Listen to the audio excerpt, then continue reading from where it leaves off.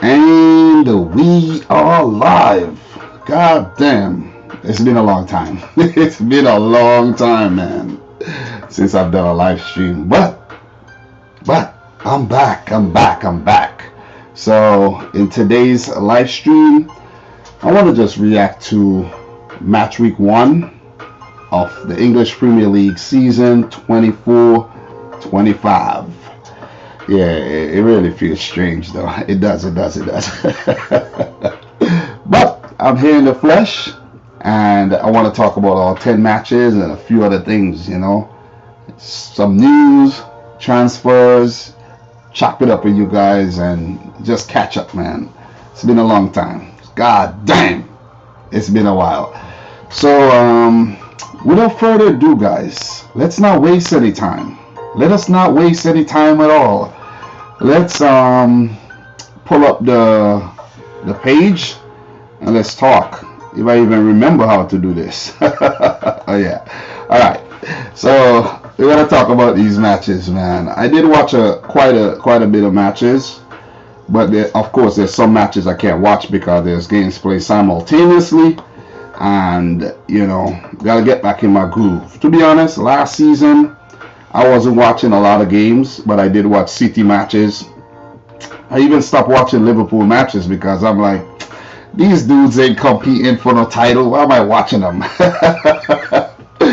know what I mean? I was watching the Arsenal games for sure though. But yeah, I'm back, and we're gonna go down the line here. I did watch the Man United Fulham, Ipswich Liverpool, Arsenal Wolves. What else did I watch? West Ham Villa, most of it. I did watch Peace and majority of the Brentford Crystal Palace, the Chelsea City, and I watched most of the games. I did watch most of the games. But big up to everybody in the stream right about now. Big up yourself. We have the boy Ryan LFC. This is Ryan LFC, Elite Sports TV. Big up to you. Big up Elijah Lawson. We got Raza Brown up in here. Raza Brown is a mod. Guys, I remember the names, but I don't remember who I give mod to and all of these things. Big up to BX Gunner. Come on, man. BX Gunner is an OG. A lot of OGs in here. The OGs are always going to come back and show their love and support, though.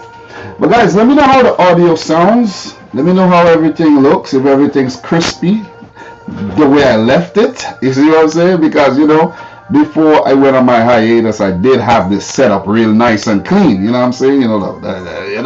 Things clean. And now that I'm back, I have to start making a few adjustments to the background and all of that. Maybe update some things, change some things up. Who knows, man, Maybe get myself a Champions League winning scarf. It's too loud? Okay, it's too loud. All right, too loud. Turn it down a little bit. Talk to me, guys. Let me know. Let me know if it is too loud. I did turn it up just a notch though, from where I had it. Maybe I shouldn't have done that. But let me know, guys. Let's figure this thing out and tweak this thing and get this thing going again. Maybe I need to tune in to check and see how the thing sounds on my end. Maybe I need to do that. Let me put in my AirPods and let me check it out. I'll be the judge. Let me see. So, bear with me, guys. So, yeah, give me a second there. Oh, it's better. Okay. Let me see. Yeah, it was definitely too loud.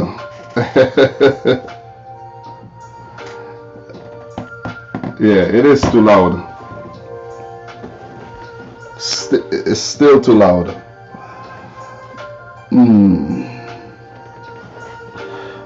Alright, bear with me, guys. It is.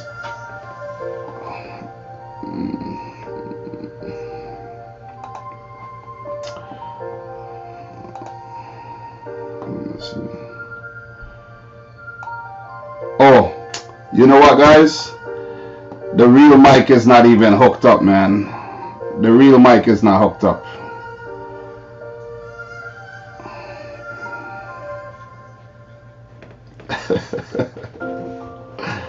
Crazy. I know I should have checked that before I started, you know.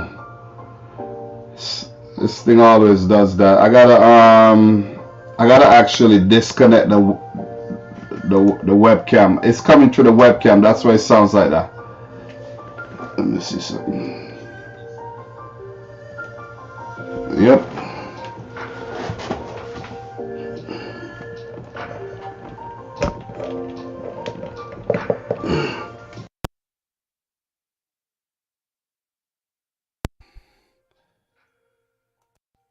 We're gonna have the proper. All right. Should have the proper audio coming in.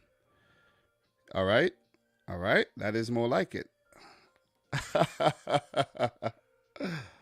Sorry there, guys. Sorry there. My bad.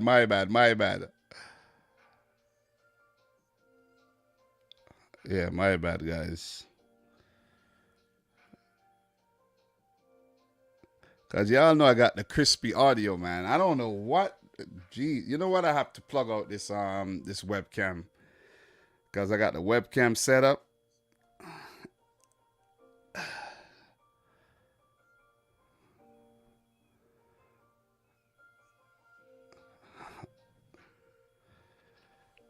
Yeah. All right. And I just clicked the feature to block out little background noise. Maybe that'll help as well. For any little feedback. Yeah.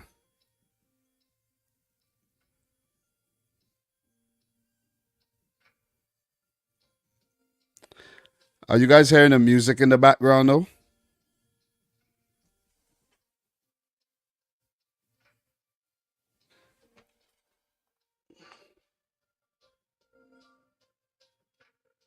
Let me know if you're hearing the background music.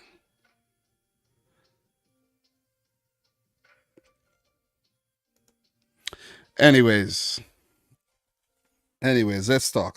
Man. Yeah, I think I'm hearing it. Yeah, let's talk. Let's chop it up. That's much better though. That is why. Look. From my experience, that is why it's good to actually ask the audience, how's the audio? You know what I mean? How's the audio sounding? How things, on your end, so that you could get that feedback. Because there's been times in the past where I've gone deep into the stream and I'm using the freaking audio from the webcam up there. And, I need to unplug that webcam because that's not the first time that webcam did that to me.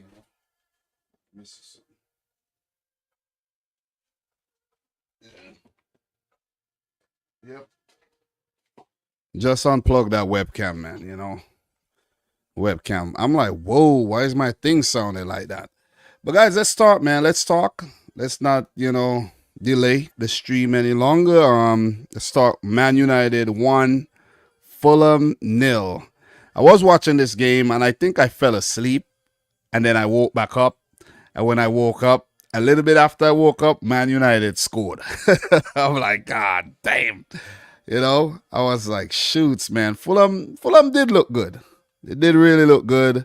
And they were holding Man United and they made their substitutions. Joshua Zirkzee, the new man, the Dutch man, formerly of Bayern Munich, youngster. He came on and did his thing. Looked lively. And he was first to that ball into the box and scored, man. So give it up to United. United are a team that always wins the game late in the match. So give it up to them. They were the better team on the day, but, I think Fulham gave them a good run for their money, you know what I mean? Kudos to Fulham as well, because, Fulham was a team that as soon as they came up, they went back down, and Marco Silva has kept these guys in the league, I think, for the last 2 seasons. So you got to give it up to them for sure, man. So these are the stats from the game. Pretty even, but Man United with the edge there. But pretty good from Fulham, though. They've definitely stepped up their game. We look at the lineups, guys. For United, Onana in goal. Newman Mazrui fresh from Bayern Munich, Harry Maguire, still at the club. Lisandro Martinez, Diego Dallo, Casemiro, who was pretty much on his way out, but it seems like he's made a U-turn to stay at Man United. Kobe Mainu, who had a breakout season last year. Ahmad Traore Diallo, seems like he's gonna get some game time this season. Mason Mount came in from Chelsea for big money, injured for most of last season, and he has a lot of contributing to do because kind of money they paid for him, he has not really fulfilled that price tag as yet. And look, man, I'm gonna keep it real, man. Marcus Rashford, despite all the good things that he's done off the field, Marcus Rashford is a waste man. Seriously. He broke out since about 2016. I could never forget it, man. I was playing FIFA Career Mode and I found this young, unknown player in the game in Career Mode named Marcus Rashford. He didn't even have a picture in the game. And then maybe a few weeks later, I heard somebody from the job talking about this Rashford guy. I'm like, whoa, isn't that the same guy from the game? When I did my research, this guy had, came up from the academy, started scoring goals like crazy, coming up clutching matches for Manchester United. And that's since 2016, guys. That's 8 years. And if you check his stats, Marcus Rashford still has not fulfilled his potential. Don't get me wrong, he's had some very good seasons, but he's been rather inconsistent. And I think he's a player that just needs to step up for Man United. That is one reason why Man United has not been winning things, and last season was their worst season in the Premier League era and all of that. He needs to step up. Give it up to Bruno Fernandes. He almost scored twice, foiled by the goalkeeper, Leno, on a couple occasions. But look at where Fernandes is playing. You see, I know Rasmus Højlund is injured and, Man United are short on, players and all of that. Injuries still affecting the team and all of that. But this is one reason why these guys are not going to fight for the title. The team's still not settled, in my opinion. They did bring in Matthias de Ligt, and let's see what he's going. I don't really rate de Ligt highly. Yeah, when he was at Ajax, but over the years, he's fell off, in my opinion, man. So as for Fulham, these guys did really well last season. And if we go back to the table really, really quick from last season, I can't remember everything off the top of the head, of course, but Fulham 13th. It's a solid season. And if you go back the season before, they did a lot better. They picked up 47 points. Man United 60 points. You see that? That's the gap right there. So give it up to Fulham. Rodrigo Muniz, I think his name is. He had a solid season. That was his breakout season last year. And a lot of these players I actually discovered playing FIFA a few years ago. Like even Muniz, he used to play in a championship, and I think Fulham decided to give him a shot last season, and he really, really came up trumps, man. If you check their bench, Raul Jimenez. Remember, they brought him in from Wolves, and he has not really scored the goal. Well, let's just say ever since, was that David Luiz who cracked his skull? Ever since that happened, he has not been the same player. Raul Jimenez was a clutch Mexican, man. He used to score them for fun. Ever since that, he's been a different player, though. But it's just lovely to be back talking to you guys, and just looking at these teams and seeing the fresh players that they brought in and players, it's just nice. I miss this. So how I'm live right now, this is me using an opportunity to come and talk to you guys because I don't have a lot of these opportunities these days, But Fulham did bring in Emil Smith-Rowe from Arsenal. And you see a few faces from last season that they brought in, like Sasha Lukic, Calvin Bassey, Issa Diop from West Ham, Adama Traore, formerly of Wolves. He went to Barcelona as well. So, it was nice seeing Traore run down the flanks and almost setting up that goal as well. I don't want to go too deep. Matthias de Ligt did make his debut. Joshua Zirkzee made his debut as well. And, I don't want to go too deep into the transfers and all of that right now because there's a lot of games to go through. And you know me, if I start going down a rabbit hole, it's going to be a 5-hour stream and I don't have 5 hours today to do that, But Erik ten Hag still at the helm. Let's see what they do this season if they finish higher than 8th. But they do start the season off on the right foot. So you got to give it to them. You see what I mean? Did I talk about this game? No, I did not talk. I didn't make a did I make a separate video on this game? I think I did. Did I? No, I don't think I did. I talked about the Liverpool match and the City match, and I said I'll do a recap. So in terms of the comments, man, big up everybody. Football Frenzy, big up to you. Big up Mr. Money, big up to you. Brawl Barry in the house, the Lego Dude, Red Devil Studio in the house. Big up to Red Devil Studio. Big Man United fan, big up to you, man. You still making videos, bro? How you been? Abel, how are you, man? Matthew Jovois. Nice seeing all the names again, man. Big up to Richard here. Said, I remember when Terry from the Football Terrace was out and about Rashi was better than Mbappe. The Football Terrace. Oh, man. The Football Terrace. Guys, I remember one time I was at work and somebody from the terrace did hit me up to come on the show one time, But I was at work, I was going to go on and see what I have to say, but I've never really been a big fan of the terrace, man, Listen. You see me, this time, the return, I'm going to keep it real, man. I'm not going to sugarcoat nothing. I don't need to. I don't have nothing to prove. You see what I mean? I'm a veteran in this game. I don't need to sugarcoat nothing. I don't need to be nice to nobody. I don't have to be, nothing to be held accountable for nothing. I'm going to say what I have to say. I'm going to say what's on my mind. It is what it is, man. I've been there, done that. I've been here long enough. I'm going to say what's on my mind. You see what I'm saying? So Victor say, I watch Football Terrace every day and Dan Hussam channel. Hussam. Yeah, I remember Hussam as well. Liverpool fan. Yeah, man.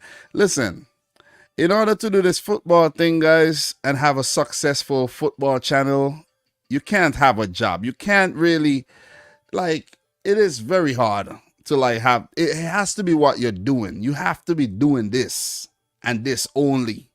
And everything else is going to revolve around it because it is hard, man, because football never stops. It just keeps going. When club football is not playing international, then there's the Premier League, there's the Italian League, there's French League, there's Spanish League, there's always something in the news, there's transfers, so it is very, very, very difficult to actually, run a football channel, a successful football channel at that. You have to just drop everything. And then if you have a family, then it's going to get in the way as well. Trust me, it's going to get in the way. You see what I mean? You basically have to neglect everybody for this. That is what this is like. This is a beast. It'll swallow you up and spit you out. Trust me. So that's not really why I took a break. I honestly did take a break because of the whole, to be completely honest though. I kind of step away from the football thing because of the whole Man City situation, to be honest. I was like, you know what, man? It ain't fun anymore, man, It ain't fun. Talking about this Man City thing. And then every video that you make, people coming to talk about the whole 115 charges and all of that. So I was like, you know what, man? Let me just step away from this thing a little and do something else, Plus, you're putting a lot of effort into the whole video thing and the YouTube thing, and then you're not making no money at all. You see what I'm saying? You're making pennies. In order to make money, you have to be grinding all the time. So I was like, you know what, man? Yeah, it ain't worth my time right now. It ain't worth my time. But now, on the second, let's call it a second coming. On the return, I'll have to say that my motives are a lot different. I'm not doing this to, let's say, oh, let me see if I can make an extra $500 a month or extra 1,000 a month. If it happens, it happens, but that's not the goal. That's not the aim. The aim is to just chop it up with you guys and, talk to you guys about whatever. We're going to talk about whatever, man. Anything that comes up, any questions that you guys have to ask me. Doesn't have to do with football. I'm going to answer it. We're going to get into it. You see what I mean? I'm going to make the channel relatable. It has always been, but we're going to talk about anything on here. Anything. Along with the football. With that being said, guys, for Manchester United, their next game is against Brighton. That's away. And, damn. They're playing Liverpool already? Oh, man. They got a match against Liverpool coming up on September 1st. That's a big game, as we all know. One of the biggest, if not the biggest match in the Premier League. So, I don't think it is, but, most people still do think it is. And the reason why I don't think it is because Man United are not as relevant as they used to be before, So, I think the Liverpool-Man City game is a lot bigger than this. I've been to one. Trust me. The Liverpool fans might say something else, but attending the Liverpool-Man City game, I know, man. The intensity in that stadium is like, oh, man, it's unreal. Fulham's next game will be against the newly promoted Leicester City. And then they do have a second round EFL Cup match against Birmingham coming up, But yeah, guys, I want to do as many live streams as possible. And as many videos as possible. We're going to talk about a lot of things. Seriously. I'm back and I'm just here to do it. Because the thing is, I do my thing a little different than a lot of people, I do my thing a lot different. A lot different. So, let's move on, man. Let's definitely move on to the next game. And let's run through some of the matches that I actually did not watch. So, let's talk about, let's hold off on the Ipswich Liverpool game, of course, on the Arsenal and the City game. Everton 0, Brighton 3. Ashley Young sent off in the 66 minutes for pulling back. I think that was Mitoma. Yeah. But Brighton with 3 goals. Karo Mitoma in the 25th minute. That was a sweet goal, man. That was a sweet goal. Give it up to the newly signed player, Minte. I think he's from that place, man. My boy is in here right now. Jalo Football Bantaba is in here. What's that place called? What's your country called again? I always tend to forget the name, man. Come on. Where's he from again? That little country, man. God damn. Sorry, man. I forgot. I'm kind of rusty. Damn. Sebastian, what up? Abel, what up? Let me see. Man, what's that place called? That little country, man. Damn, I forgot. Sorry, I forgot the name, man. But somebody's gonna let me know. Gambia. Come on. Yo, that was not. I don't know, man. I don't know. I'm rusty, man. Sorry about that. But Gambia. Or Gambia. But Welbeck in the 56, Simon Adingra in the 87. Let me say this, right? Brighton looked good, as they have looked over the last couple of seasons. You guys know I like Brighton.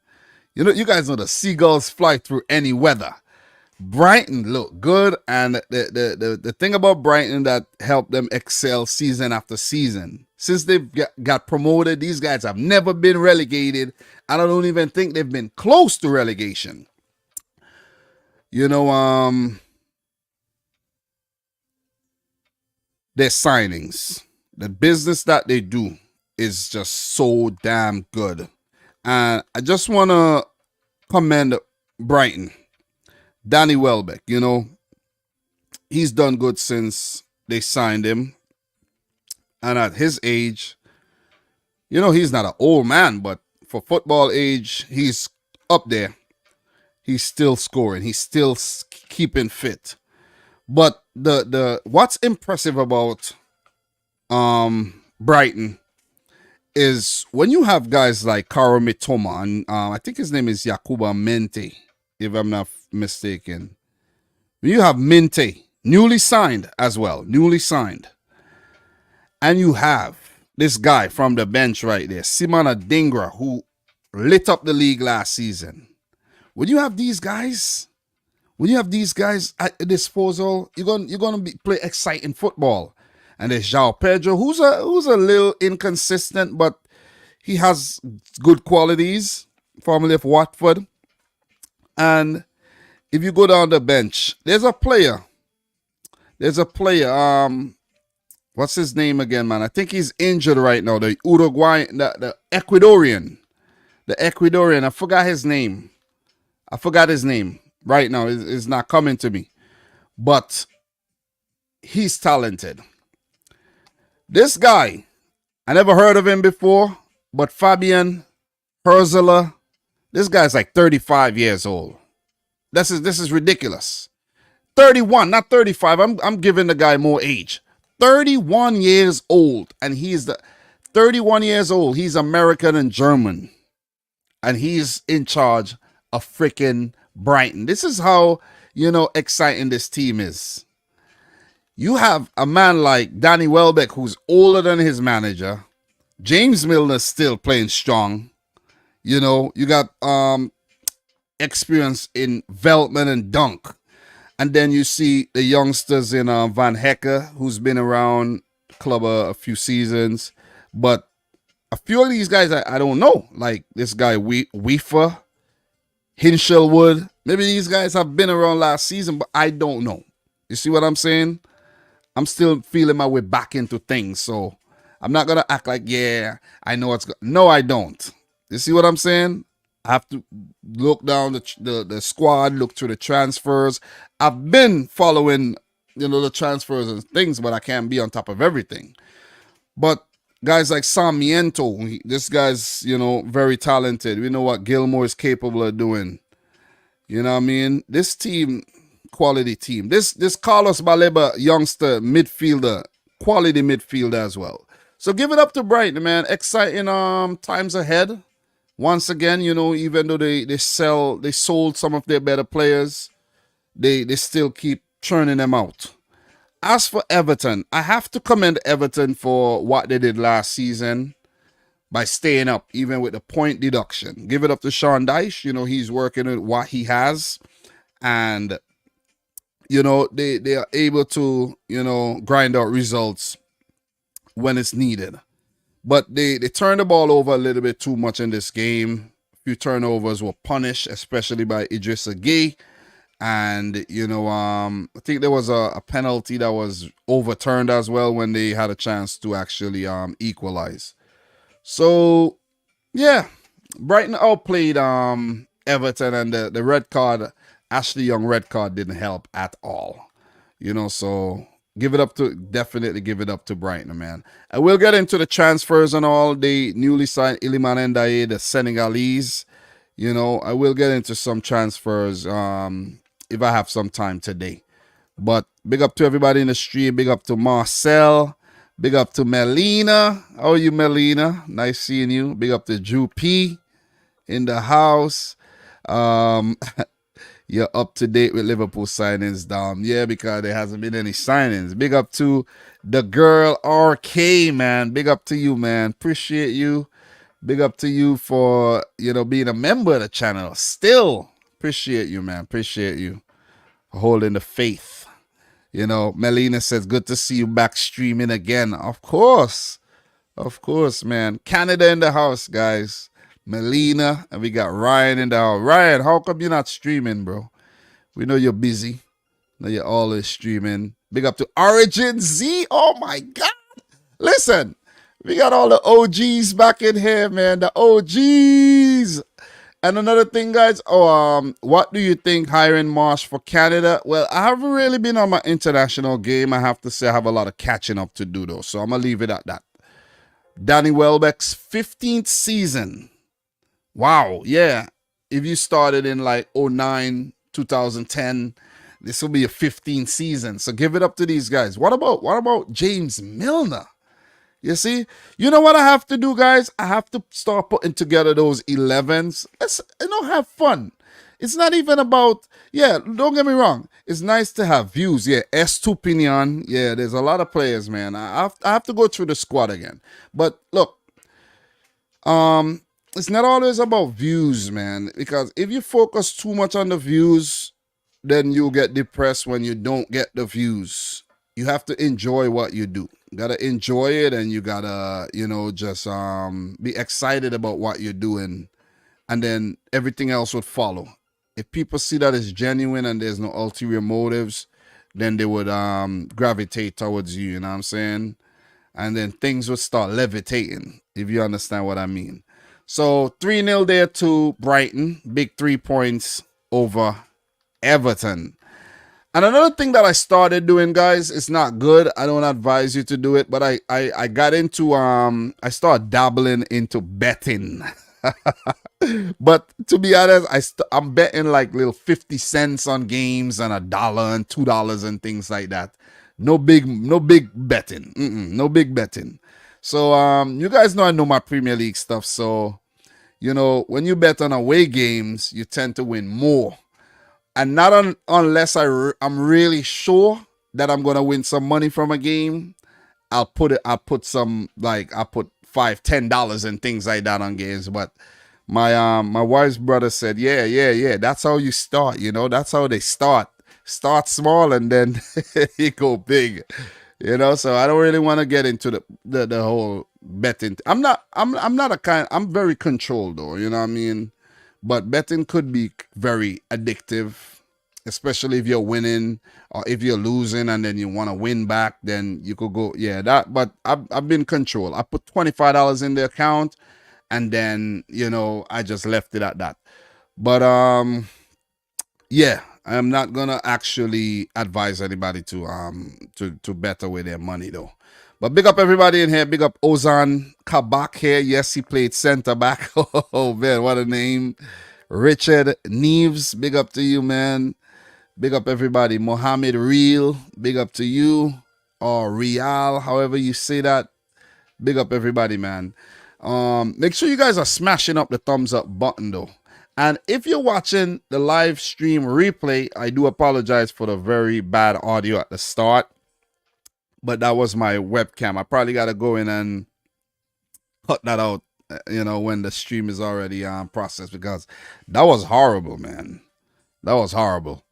But anyways, man, let us keep it going. So for Everton, their next game will be, I'm looking at the wrong thing there. But I don't like how this thing looks here. But Everton's next game is going to be against Spurs. That's going to be a road match for them. And then they play Doncaster in the second round of the EFL Cup. I'm going to try to whip up some predictions for those games as well, or even go live to just talk about the EFL second.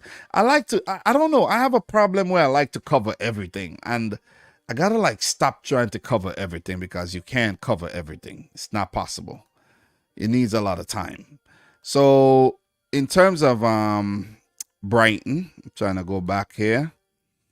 Yeah, Brighton, their next game is against United. They would host Manchester United. So let us keep it moving, guys. Let us keep it moving. Brighton are first in the Premier League, though, according to the table right now. So the next match that I want to touch on, let's run through this one. Brentford 2, Crystal Palace 1. So Brentford still under Thomas Frank and Crystal Palace under Oliver Glasner. So in this game, Brian Mbeumo in the 29th minute, Ethan Pinnock own goal to give Crystal Palace the equalizer, and then Johan Wissa in the 76th minute here. This game was pretty even, back and forth. I think Palace had, the headways, and then after Palace chance was squandered, Brentford went up the other end and they scored. Brilliant goal by Mbeumo. And then I think I actually stopped watching the game for 2 minutes to do something. And when I came back, Crystal Palace scored, and then Johan Wissa. The thing about Brentford, when you have players like Mbeumo and Wissa, putting them in the back of the net, when Ivan Toney was absent in the past. When Ivan Toney is not there, you could still rely on these players. And Brentford are another club that, since they got promoted, they have stayed up, and you got to commend them for the transfers. Brentford do have a very strict transfer policy where they tend to only sign players based on their character. I don't know if you guys are aware of that, or if you guys knew that, but if you check the players that they signed, they would never sign a player like Diego Costa or like Pepe. All the players that they sign are like decent human beings, kind of, you know. It's like they're like nice guys, if you understand what I'm saying. They're nice guys. Don't be too nice, guys. Don't be too nice. Don't forget that. Nice guys finish last. Don't forget that, man. Don't be too nice. You know, if you're out there and you're talking to a girl and all of that, or you're trying to holler at a girl, don't be too nice, man. Don't be hitting up in the morning, be like, good morning, queen. Yeah, Eze. Yeah, that Eze free kick, that was brilliant. And the referee blew the whistle. That was kind of, you know, and then after that, Brentford scored. Yeah, guys. Big up to Elias Abs in the house. AD in the house, man. How are you? How are you, Mr. Das? But yeah, don't have kids either, man. Don't have kids. You know they say, you know, be fruitful and multiply, but know what you're doing, man. Because the moment you do that, your life is done. You see what I'm saying? Listen, I could tell you a few things not to do, right? Don't be too nice. Don't have kids. And stay single, man. If you're single, try to stay single. Stay single, because the moment you wife up, it's over for you, man. Your life is no longer yours. Can't do whatever you please. Can't do whatever you please. Okay, so Victor is asking me if I watched the AC Milan Champions League final, Liverpool. Yeah, I watched the highlights. I didn't watch the game, but I watched the highlights for sure, though, without a doubt. You know, yeah, man. But it's exciting to see a lot of new players in the league, man. Sad to see Michael Olise go to Bayern Munich, and that's something that I haven't even talked about yet. That Bayern Munich actually went and hired Vincent Kompany. I don't understand the Kompany thing, you know, because look, Kompany, he did really well at Burnley. Don't get me wrong. He was at Anderlecht, then he went to Burnley, brought them back into the Premier League brilliantly, man. They were like awesome in the championship. They blew the championship away. Came up to the Premier League and flopped out. Went back down with Burnley and then got hired by Bayern Munich. That is wild. Let us see if Bayern Munich actually win the title this season. And don't get me started on the Harry Kane and Eric Dyer thing over at Bayern Munich. Don't even get me started with that. We're going to talk about a lot of things this season. We're going to talk about a lot of things. You guys going to enjoy these live streams even more. Trust me when I tell you. Trust me when I tell you, man. Listen, Crystal Palace is going to be Crystal Palace. Just always remember that. You see what I'm saying? Don't mind the early loss. These guys are going to survive. They're going to place 13th or something. But they did place 10th last season, so give it up to them, though. But, look, Brentford signing Fabio Carvalho from Liverpool.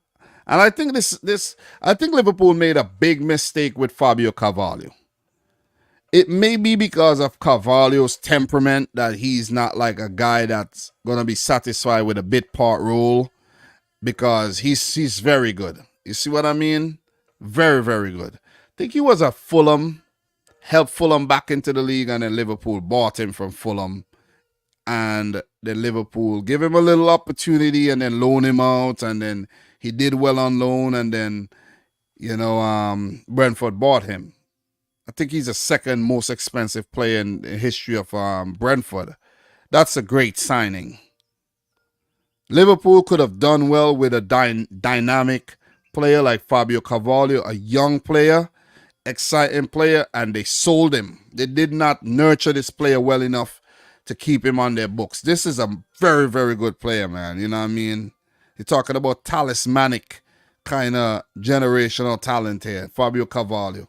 So, yeah, I think Liverpool might have dropped the ball there. Someone did ask me earlier about Cole Palmer if I think City would regret selling Cole Palmer. No, I don't think so.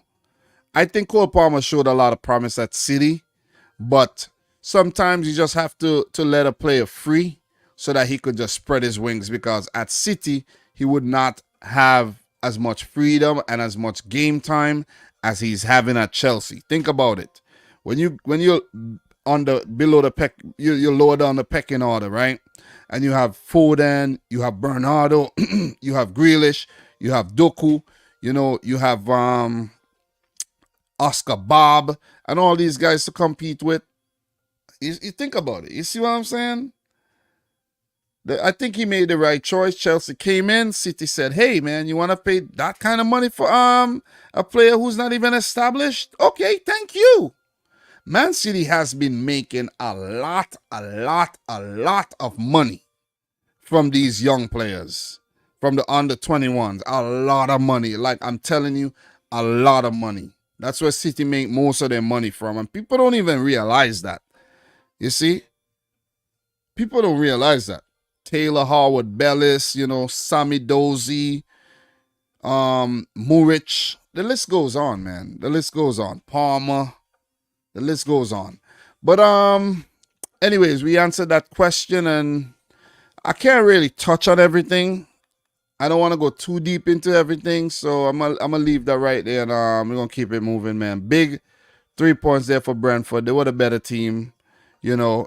Crystal Palace did have their moments in the match, but the Bees prevailed in this London derby, a mini London derby. But yeah, I did see some rumors that Will Zaha might be returning to Crystal Palace.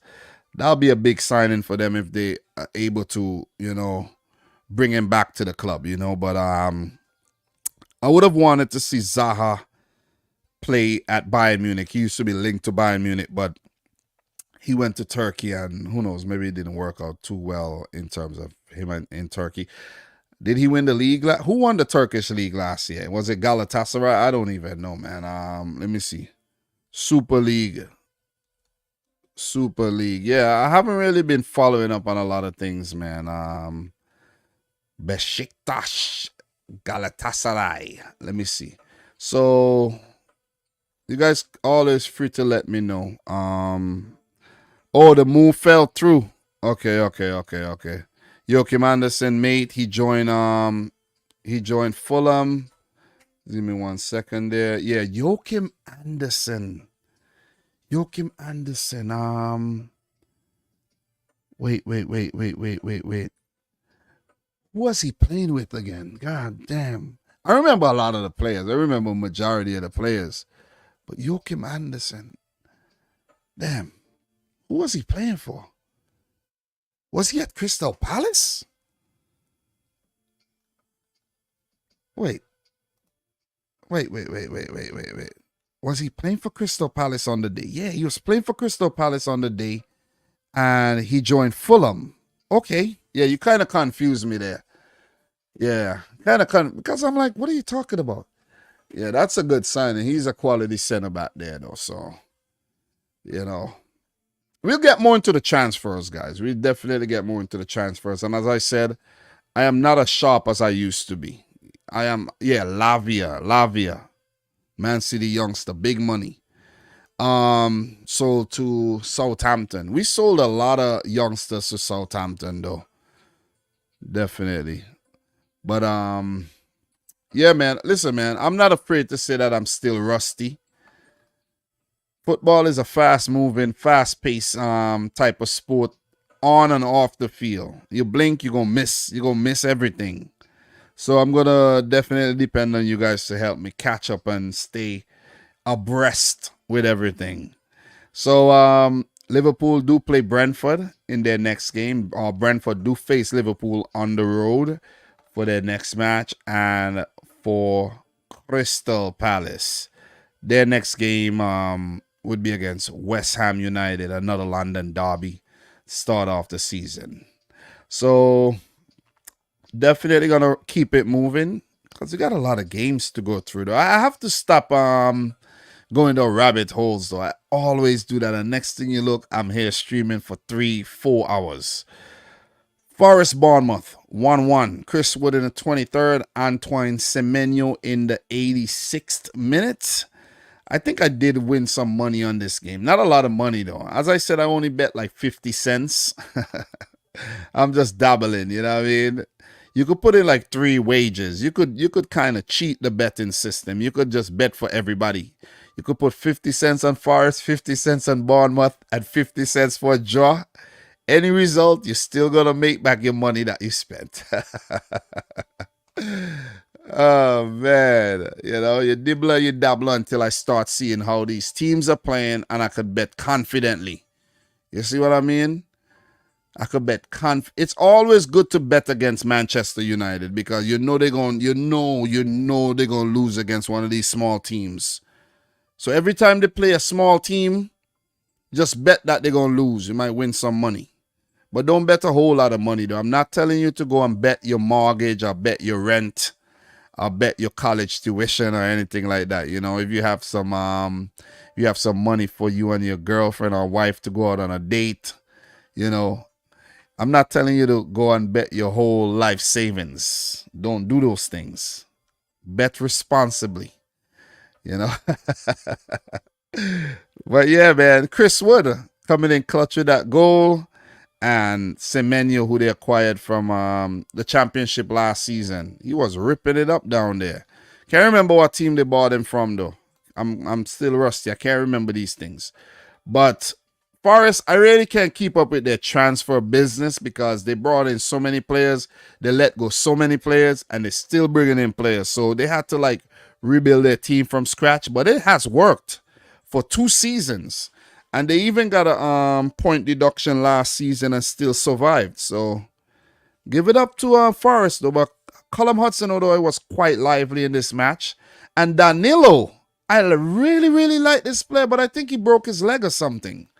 Let's click on this and find out. I think he broke his leg. Danilo return time scale and surgery.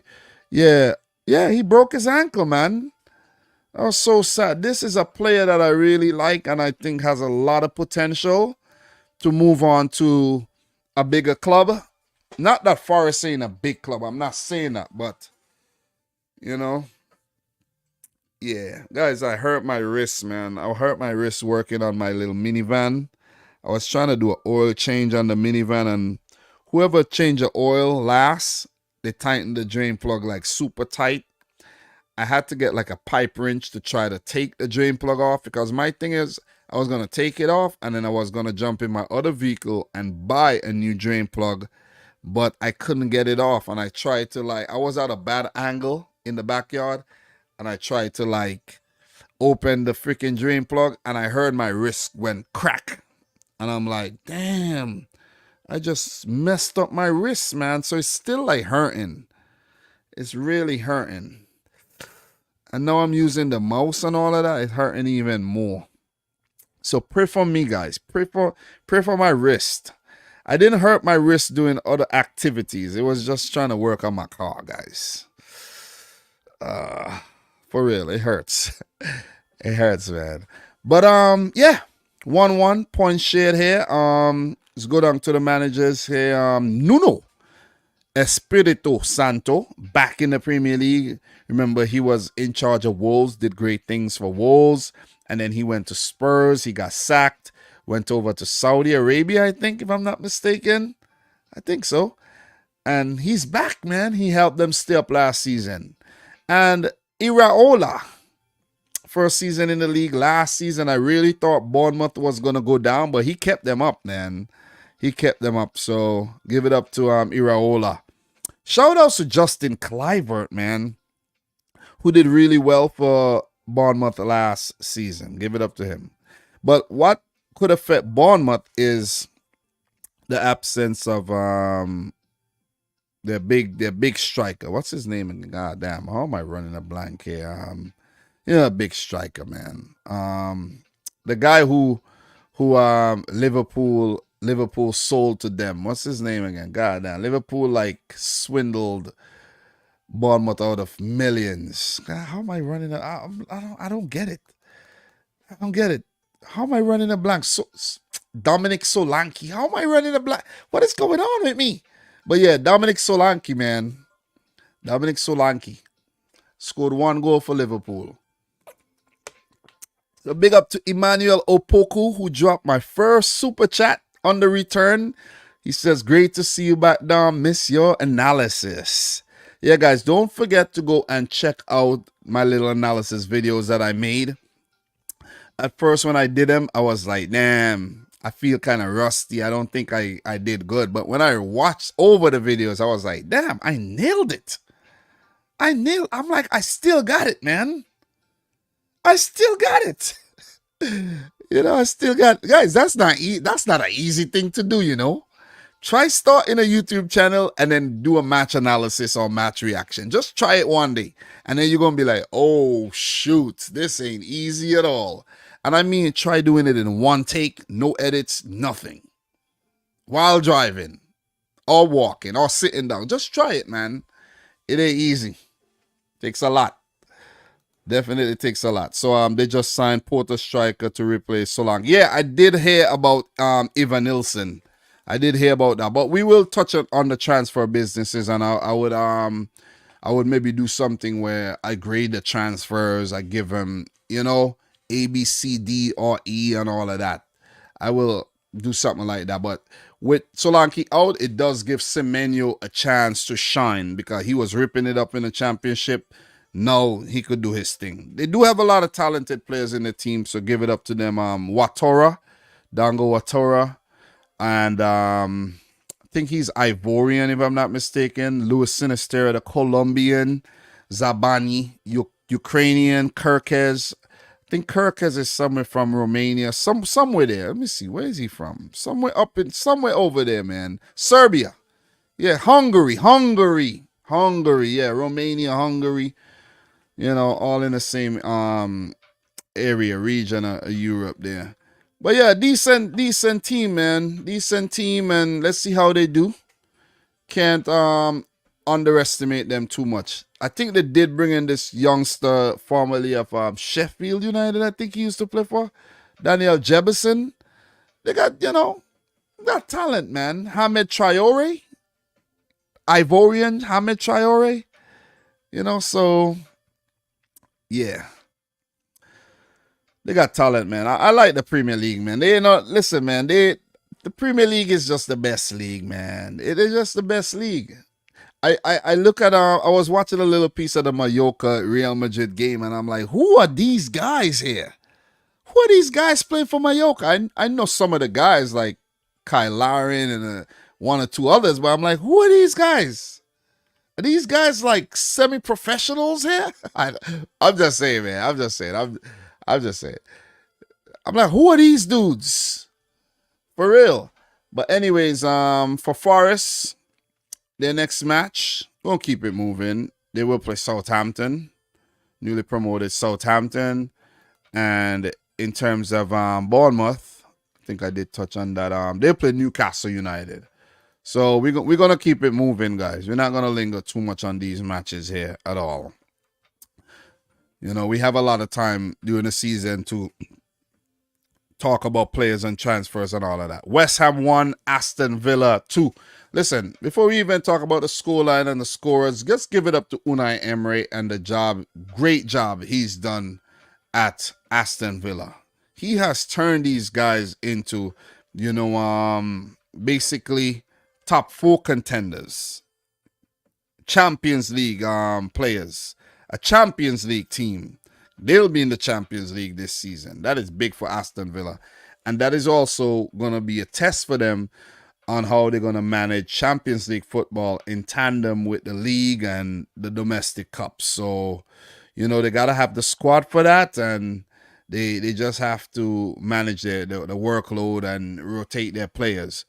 I think this is the first time in a long time Villa has beaten West Ham as well on the road, if I'm not mistaken. And was done courtesy of a 4th-minute goal by their new signing, Amadou Onana. They spent big money for Onana. And he has a lot of potential, so they brought him in from Everton. And that's going to be a big miss for Everton. Going to leave a big hole in Everton's midfield. and Paqueta, Man City target. I don't know if Man City is still trying to sign Paqueta though. I don't know, but yeah, might be a little overkill signing Paqueta too. I don't know. I don't know if we really need to do that though. But this guy John Duran, the Colombian, this guy is good. This guy is good. Ever since Villa signed him on, I think it was originally on loan, or maybe let's just say ever since they signed him from Chicago Fire, he's been on fire. He just used to come off the bench, and he's always been good. And me being from St. Vincent, I know I'm familiar with the former Chicago Fire manager, Ezra Hendrickson, who managed this player, John Duran. And Ezra and I, had a couple conversations on Facebook Messenger, and he's like, he was telling me about, how about that guy, John Duran, right? I was like, yeah, he's damn good, man. He's damn good, So expect big things, man. I expect Duran to probably, get signed by a bigger, I'm not going to say bigger club. Aston Villa is a bigger club, but let me just say a regular top 6 Premier League club. Villa might be becoming one, but when you talk about the top 6, you know who I'm talking about. I don't need to explain myself. You know who I'm talking about. But it was a lively game. But Villa came out trumps, and they just been very, very consistent over the last season and some. You look at the lineups, guys. I like looking at the lineups because I like looking at the new players that the teams brought in. But West Ham, pretty much a lot of the same faces from last season. But they did spend a lot of money on Max Kilman from Wolves, and we know how much Kilman has improved over the years. He was even the Wolves captain. But Emerson, formerly of Chelsea. Areola has been around. Mavropanos, formerly of Arsenal. Then he went over to the Bundesliga and really, came of age. Kufal and Shusek, they've been around. They're from the Czech Republic. They've been around for a while, and these are tough men in the middle, middle and right back there. But the signing of Guido Rodriguez, I think he's favored over Edson. Edson Alvarez is still at the club, right? I think he is, but he might be injured or something. Yeah, I think Alvarez is still at the club. They did spend a lot of money on him, though. But West Ham been spending a lot of money. We know Jared Bowen and how good he's been. They spent money on Paqueta, kudos. West Ham's been spending a lot of money. I know people like to talk about, Man City spending a lot of money. Man City this, Man City that, Man City this, Man City that. Big up to MVP Kevin the House, man. How are you doing, bro? Big up to Pacharo. How are you? A lot of the old faces, man. You guys are legends. But yeah, people like to talk about City this, City that, City this, City. And you don't see the kind of money these other clubs are spending? Come on. Are you guys blind?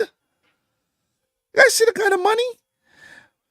And if you look at the bench here, they brought in Crescencio Somerville. Summertime, baby. They brought in Summertime. They brought in Nicholas Fulkrug. You see? Todibo on loan.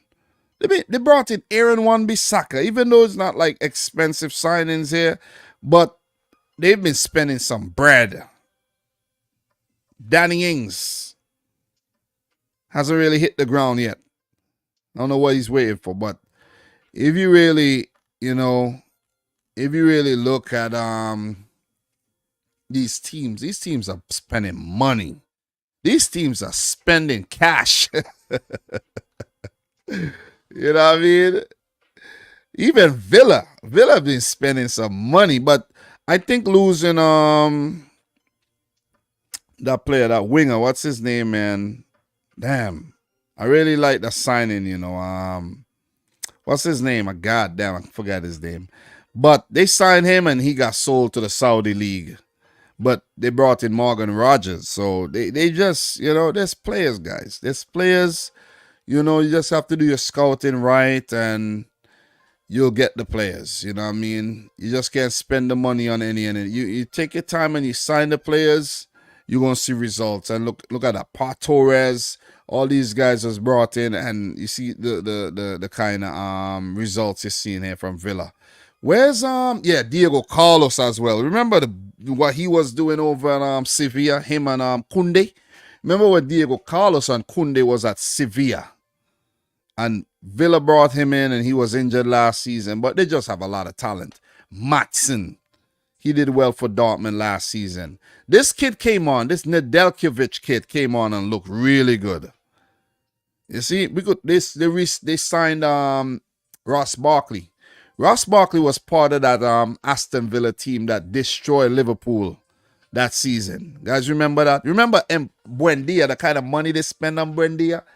Man, these teams been spending a lot of money. So Lopetegui versus Unai Emery Spanish showdown ended in a 2-1 win for Aston Villa, the exciting Aston Villa. Who do they have next? Aston Villa in their next game play Arsenal. Oh man, that's going to be good because Villa were one of the teams that slapped up Arsenal last season and helped, City kind of hold them off a little. So give it up to Villa, man. Give it up to Aston Villa. Then they do play Leicester and then Everton. So good bit of matches here for good bit of games. Aston Villa could be off to a really good start here if you check their fixtures. And they do have Champions League football coming up. Another thing that we have to talk about, guys. Another thing I have to stream about. The Champions League format is going to be different this season, right? Isn't it going to be like the first? Yeah, Diaby. The names, man, be eluding me, man. I don't know what is going on. Diaby, formerly of Leverkusen. But yeah, big up to Fox Williams in the house, man. Long-time supporter. Glad to see you back up and streaming again. Missed the good content, bro. Yeah, man. Big up to you, bro. Big up to you. Big up to the boy Jordan Hyman. Legend. Jordan Hyman in the house. Look, Jordan Hyman go all the way back to when Ryan and I used to do the live streams together. So big up to Jordan Hyman, man. All of you guys are legends, man. All the names are familiar. Just a few names that are like, okay, I can't quite remember your name, but most of you guys are the regulars, man. You know what I'm saying? We're going to heat things. Guys, we're still cooking. We're going to heat things up. We're going to get this thing cooking, and we're going to get these live streams popping off, man. You see what I mean? And eventually, I'm going to start bringing you guys on again. Bring you guys on. We're going to have discussions. We're going to talk. You see what I mean? We're going to talk about some things in here. You see what I'm saying? That's going to make the thing fun. Involving you guys and having some of you guys come on and we could just chat about anything. It don't have to be all serious and it has to be this way and no. We're gonna have fun. That's what it's about. If you're not having fun, you're not gonna be excited about actually doing it or watching something. You gotta enjoy the whole thing and the whole process. If you get what I'm saying. So Edson Alvarez is coming back next game. Okay, big up to you, man. This is all the money they saved up from Declan Rice. Yeah, man. Yeah, so all right, guys. Let us move on. Villa play Arsenal in the next game. That's gonna be a very, very good match. Did I touch on I think I touched on somebody playing West Ham, but I didn't actually talk about I didn't click it from the West Ham game. So for West Ham, their next game is against Crystal Palace, and then they do play Bournemouth in the second round of the EFL Cup. Yeah, man. And the thing too, guys, I have access to all these things. I have so many little subscriptions going on, man. And you know why I have these subscriptions? I have these subscriptions because I said to myself, even though they cost $5, $10, $5, $10, $5, it's just to enjoy life, man. Life is so unpredictable. Some people say life is short, but I'm like, I have Peacock TV. I pay for cable so I could have the USA Network and access to Verizon Fios, and I have like what the thing called again? Paramount Plus. I have ESPN Plus. I have Willow TV to watch cricket. I have so many things that you know, and when you really think about it, sometimes we try to save money, and then you go and you take that same money and you go and buy some crap.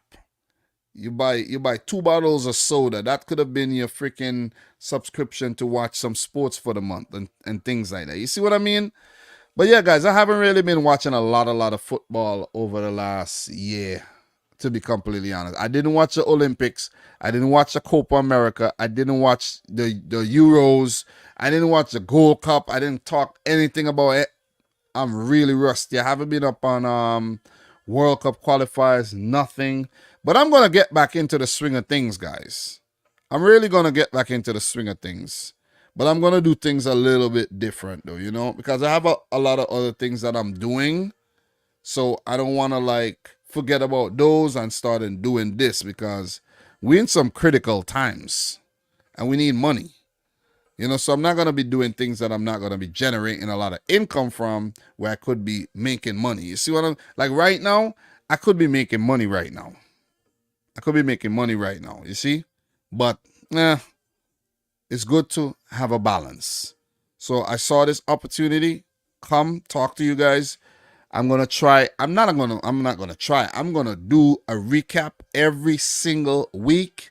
And I want to do a prediction or a little preview video.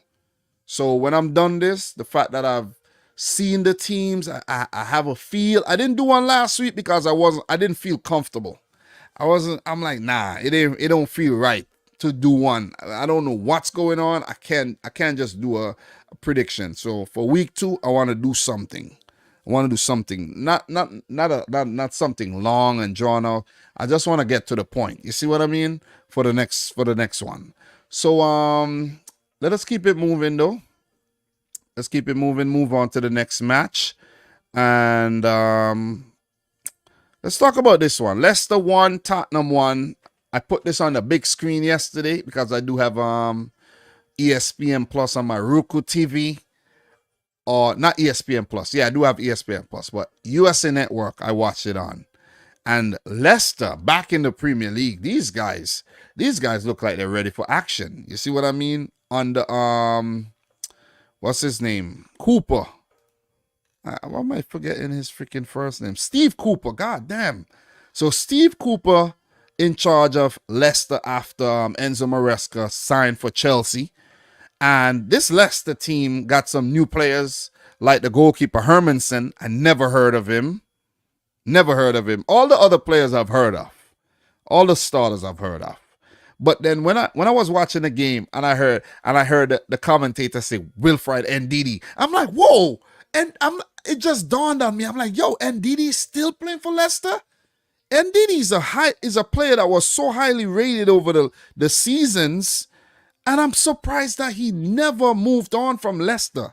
Remember, Leicester acquired Ndidi, I think, shortly after winning the title. Ndidi was one of those players that they signed and they paid some money for. And he was always, hailed as one of the best defensive midfielders in the league, and he's still there.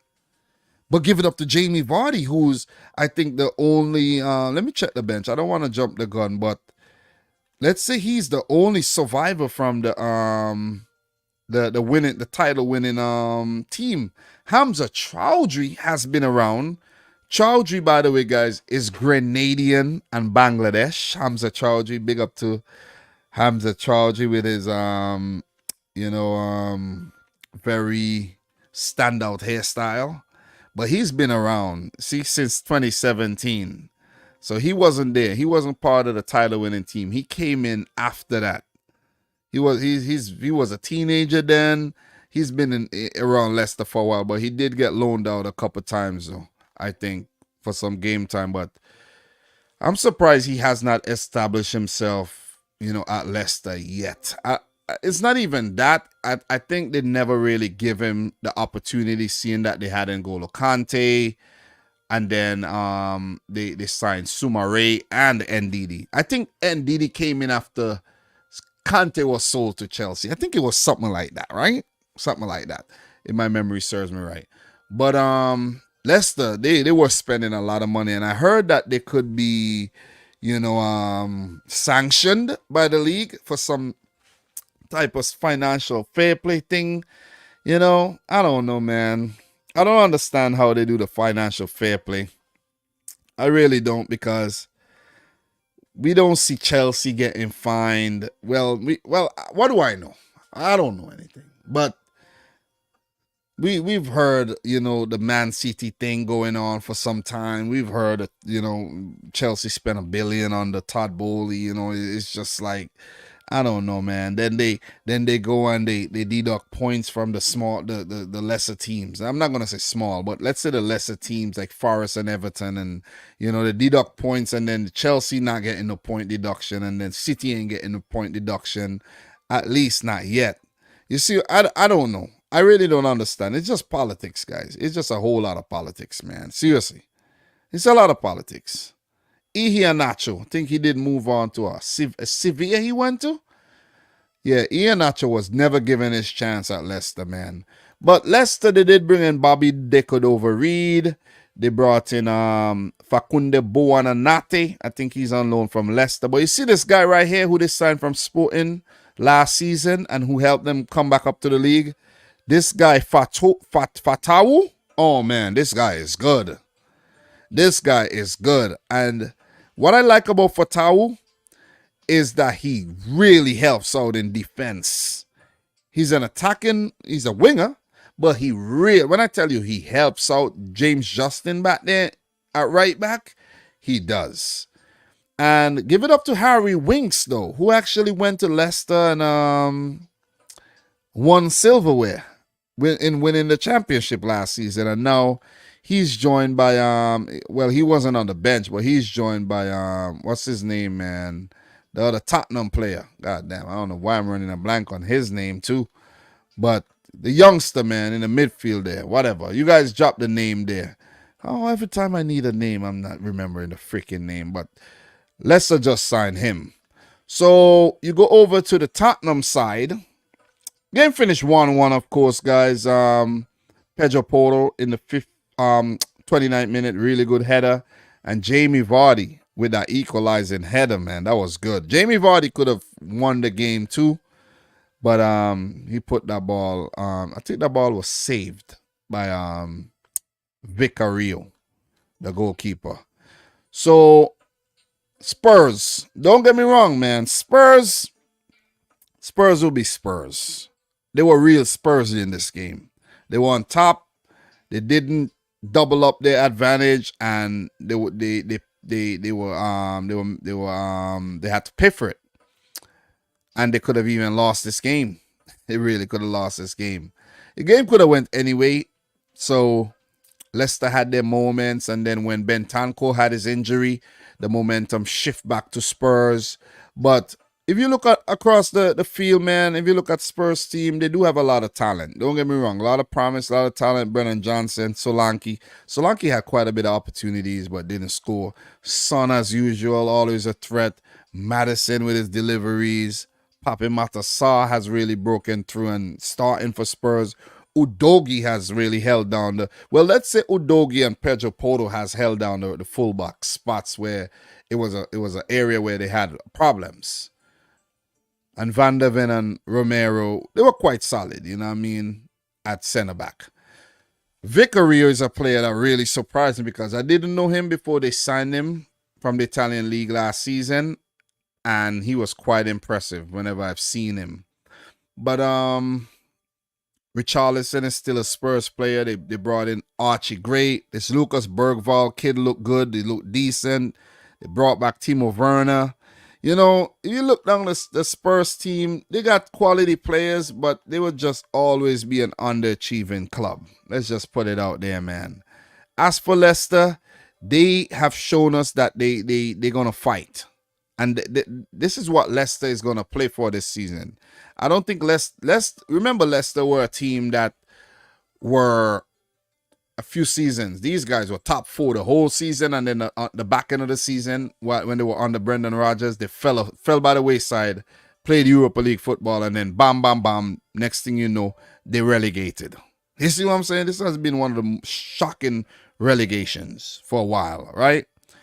But for this season, I think their focus would be on survival. Survival.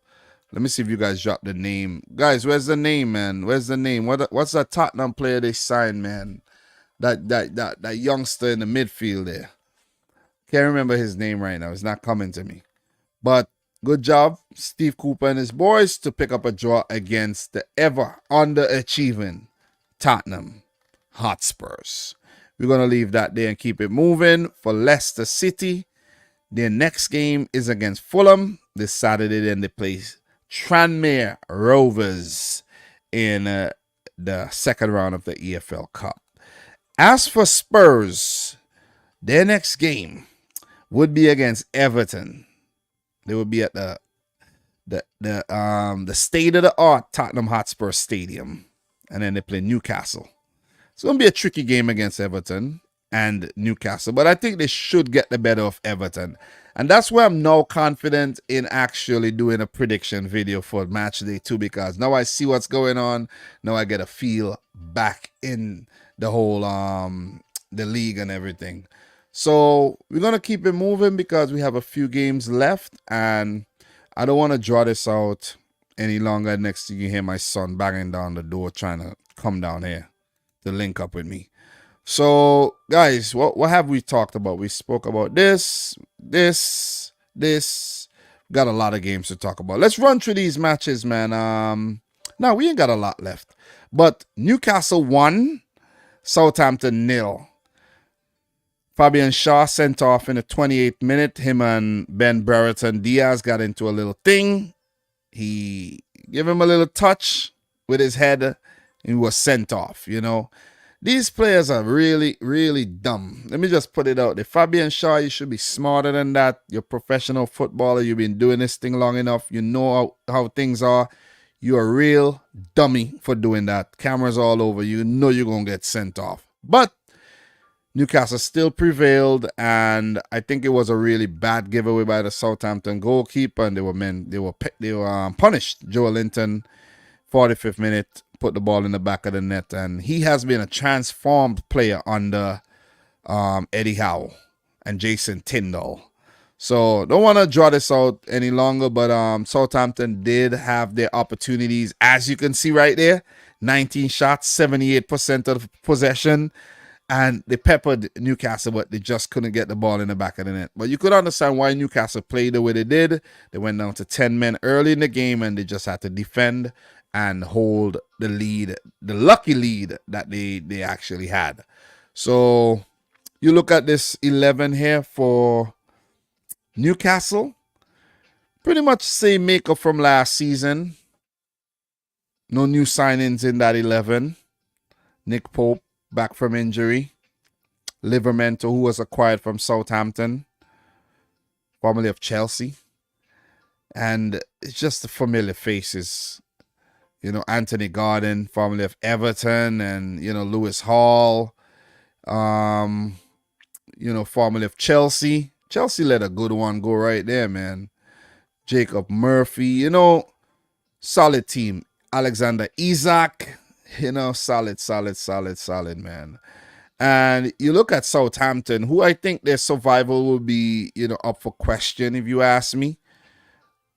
A lot of players who were part of that team that got relegated, like Kyle Walker-Peters, and Jan Bednarek, Stevens, McCarthy, Will Smallbone, all these guys, Armstrong, even Armstrong, who they paid big money for. Let's see how they fare, man. They brought in Japanese man Sugawara, Phil Downs from West Ham.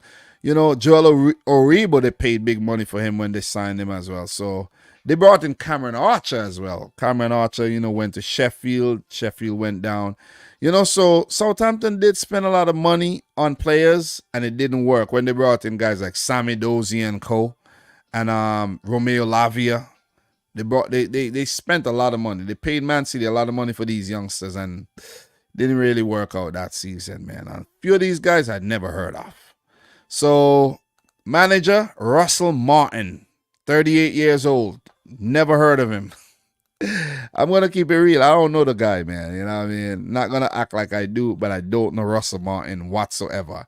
So it's going to be a tough season, in my opinion, for Southampton. It's not the Southampton of old where, we're really dazzling and doing big things. Not that Southampton. When they had James Ward-Prowse and Marnie and all these guys, not that Southampton. But for Newcastle, they brought in former Bournemouth captain Lloyd Kelly. Still have the likes of Emil Kraft from the old setup. Harvey Barnes, who they poached from Leicester. Martin Dubravka from the old setup, So they brought in youngster William Usala. I think Usala was playing for, was he playing for Sheffield United, if I'm not mistaken? Almiron, I think, is linked with a move away and, effervescent Joe Willock. So let's see how Newcastle fare this season. Big up to everybody in the stream, man. We're back at it again. Guys, make sure you smash up the thumbs up button. Your boy Dom is back at it again. Yeah, man. Big up to Jamie Vardy, who's an absolute machine and a cult hero. He was winding up Romero, and Spurs even had a chance to score the winner. Yep, he did wind them up when he was leaving the field, and he did gesture to Spurs fans that he and Leicester has won Premier League and they got none. So Kieran Trippier is finished. Trippier is still a part of the team. I see he was linked with a move away. But Trippier is a quality performer, though. Let's give it up to him, though. Definitely. So, guys, in terms of Newcastle United, their next match is against Bournemouth this Sunday. Then they play Forest in the second round of the EFL Cup. As for Southampton, their next game is against Forest. So that's not a bad team to meet early in the season. And then they do meet Cardiff in the second round of the EFL Cup. So we are going to keep it moving. We only got a few games left to talk about. So let's talk about them, man. So we touched on this one, this one, this one, this one. We got three more. We got the three big ones, guys. I'm going to make sure I talk about everything, right? We talked about Man United. We talked about Brighton, Everton. We did not talk about Ipswich, Liverpool, Arsenal, Wolves. We talked about Newcastle, that just did, Forest. Talked about Brentford. Talked about West Ham. We talked about Leicester, Tottenham. We got Chelsea City, Liverpool, Ipswich, and Arsenal, Wolves. Let's talk about the Ipswich, Liverpool. I did touch on this game already, so I'm not going to really go on and on. I made a whole video talking about this one, so it doesn't make sense me go on and on. But Liverpool won the game 2-0. Did look a little suspect in the first half, to be honest. But they pulled things back in the second half through 68th minute goal from Diego Jota. And 5 minutes later through Mo Salah. They had a really good period in the game and they just stamped the authority, stole the momentum, and took all 3 points back to Anfield. So, good start to the season. It is important under new manager that you start on a positive note and you start on a high. Because, imagine you managing a team for the first time and you lose your first game. And then when you go to your next game, which is a home match, then even though you're not going to panic, You see what I mean? But it would feel better to have 3 points going into your first home match than have none at all. And then having the pressure of having to get points in that game to start the season off, You feel me? Get off the mark for the season. You see, so Slot would be under less pressure going into this second match of the season, which would be his first game, if you get the gist. But for Liverpool, you check their lineup, same old lineups from last season. Alexander-Arnold played right back. Gravenberch, had a start in midfield along with McAllister. I don't know if because Gravenberch is Dutch, Slot is Dutch. It give him, some more favor there. But Kwanzaa had the nod ahead of Konate, but he was subbed off.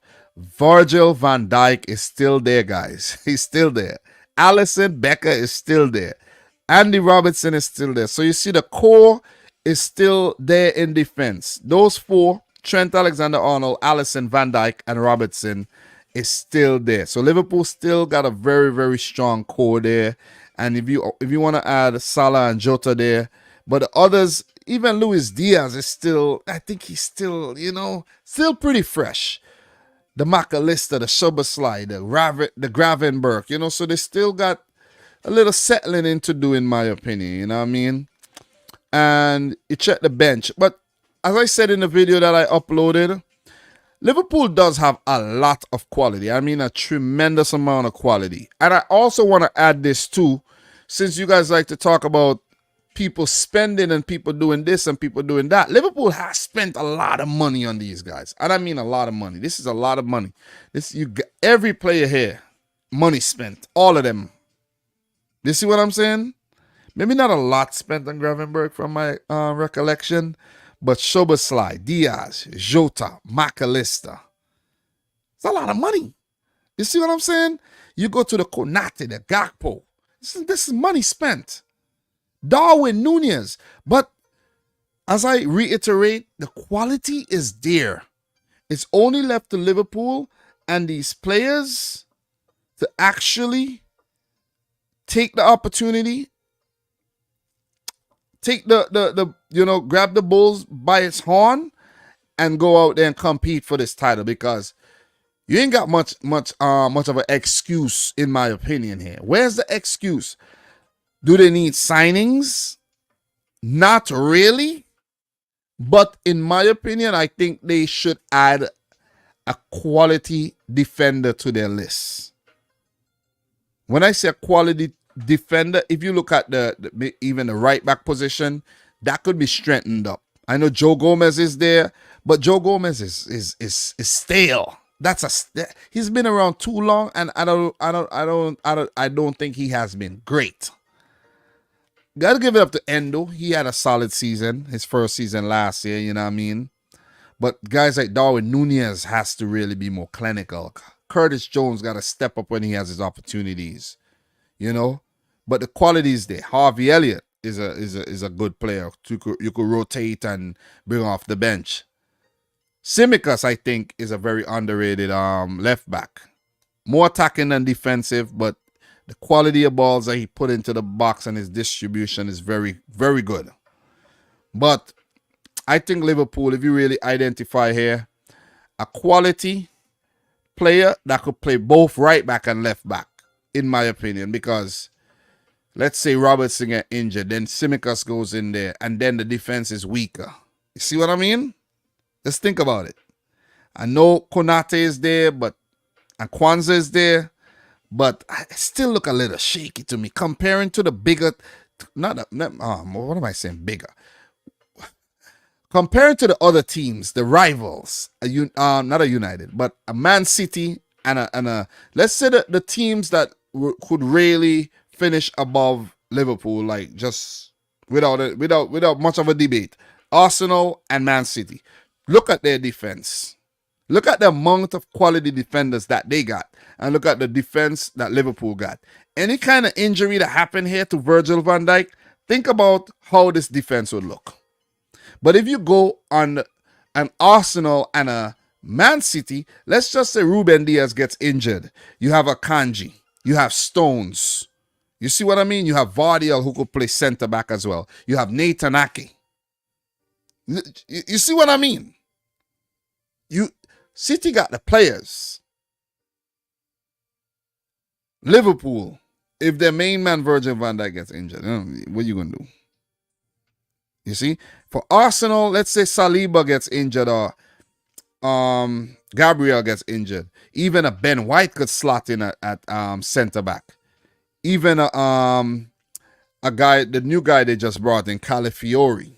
Yuri and Timber. All these guys could play these positions. Atomiyasu, even though he's not he's not been fit. Even Akiwiya, all these guys could play there. And they've been, slotting in, substituting in those positions very well when they're called upon. So I think that's where Liverpool, kind of look weak. But all across the field, I think they look good. You see what I mean? These are quality. McAllister, what he done at Brighton. Szoboszlai for Leipzig and Hungary. Luis Diaz for Colombia and Porto. Salah over the seasons. Jota, Wolves, and, so the quality is there. But are these guys going to really step up and compete for the title? It's left to be seen. As for Ipswich, great effort to start the season off. They brought in Calvin Phillips. That was a surprise to me. I was like, whoa, Phillips gone. I thought that he would have, Pep would have kept him and give him a little, more opportunities this season. But when you look at the City team with Rodri, with Kovacic, with Mateus Nunes there, it's kind of you're kind of too low down the pecking order to even John Stones be playing in the midfield at times. Yeah, so you could understand. You could understand the reason in there. But McKenna, let me get his name right. Kieran McKenna, and Ipswich, they did put in a good effort. Ipswich coming off of back-to-back promotions and straight up to the Premier League after about 22 years. Liverpool was always going to be a tough first match for them back in the league, So for them, their next game is not going to be easier. It is against Manchester City. I shouldn't even have clicked this. I know this. And then they have AFC Wimbledon in the second round of the EFL Cup. But the game against City, who knows what could happen, but it might be another baptism. The Liverpool match wasn't such a baptism of fire back in the league, but the City game could be a baptism of fire because the Etihad has been such a fortress for Man City, and not even the best of them go there and walk away with anything.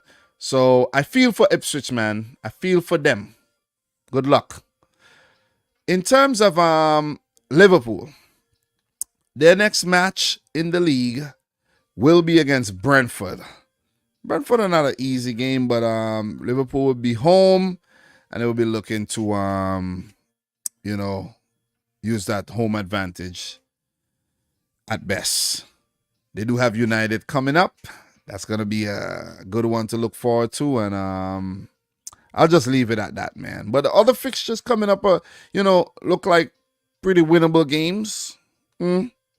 Winnable games. The Chelsea game is coming up. That's going to be a big one. You got Chelsea and Arsenal back-to-back. Brighton, who could be tough. And Aston Villa. Look, October could be a tough month for Liverpool. October could be a defining period, early Liverpool season there. Let me just put that out there. And November 30th. Who knows? Maybe I'll try to go to England to watch another game. Who knows, man? Who knows? Watch that game again. That was a great experience, by the way, guys. Getting to see the Etihad, getting to go to Anfield, and seeing Goodison Park right across the square. You know what I mean? Just going to England, man. Could you believe it, guys? I was in England. I went over in England. I jumped on a plane, hopped off the plane, and jumped in a freaking rental and drove myself from London all the way to Manchester, where I stayed in Stockport. You know what I'm saying? Stayed in Stockport next to the train station up there. And then I jumped in my rental, and went down to see a friend over in Liverpool. Had something to eat, and then him and I went to the Liverpool game where I was in the cup. I was in the cup, man. That felt strange. That felt real strange.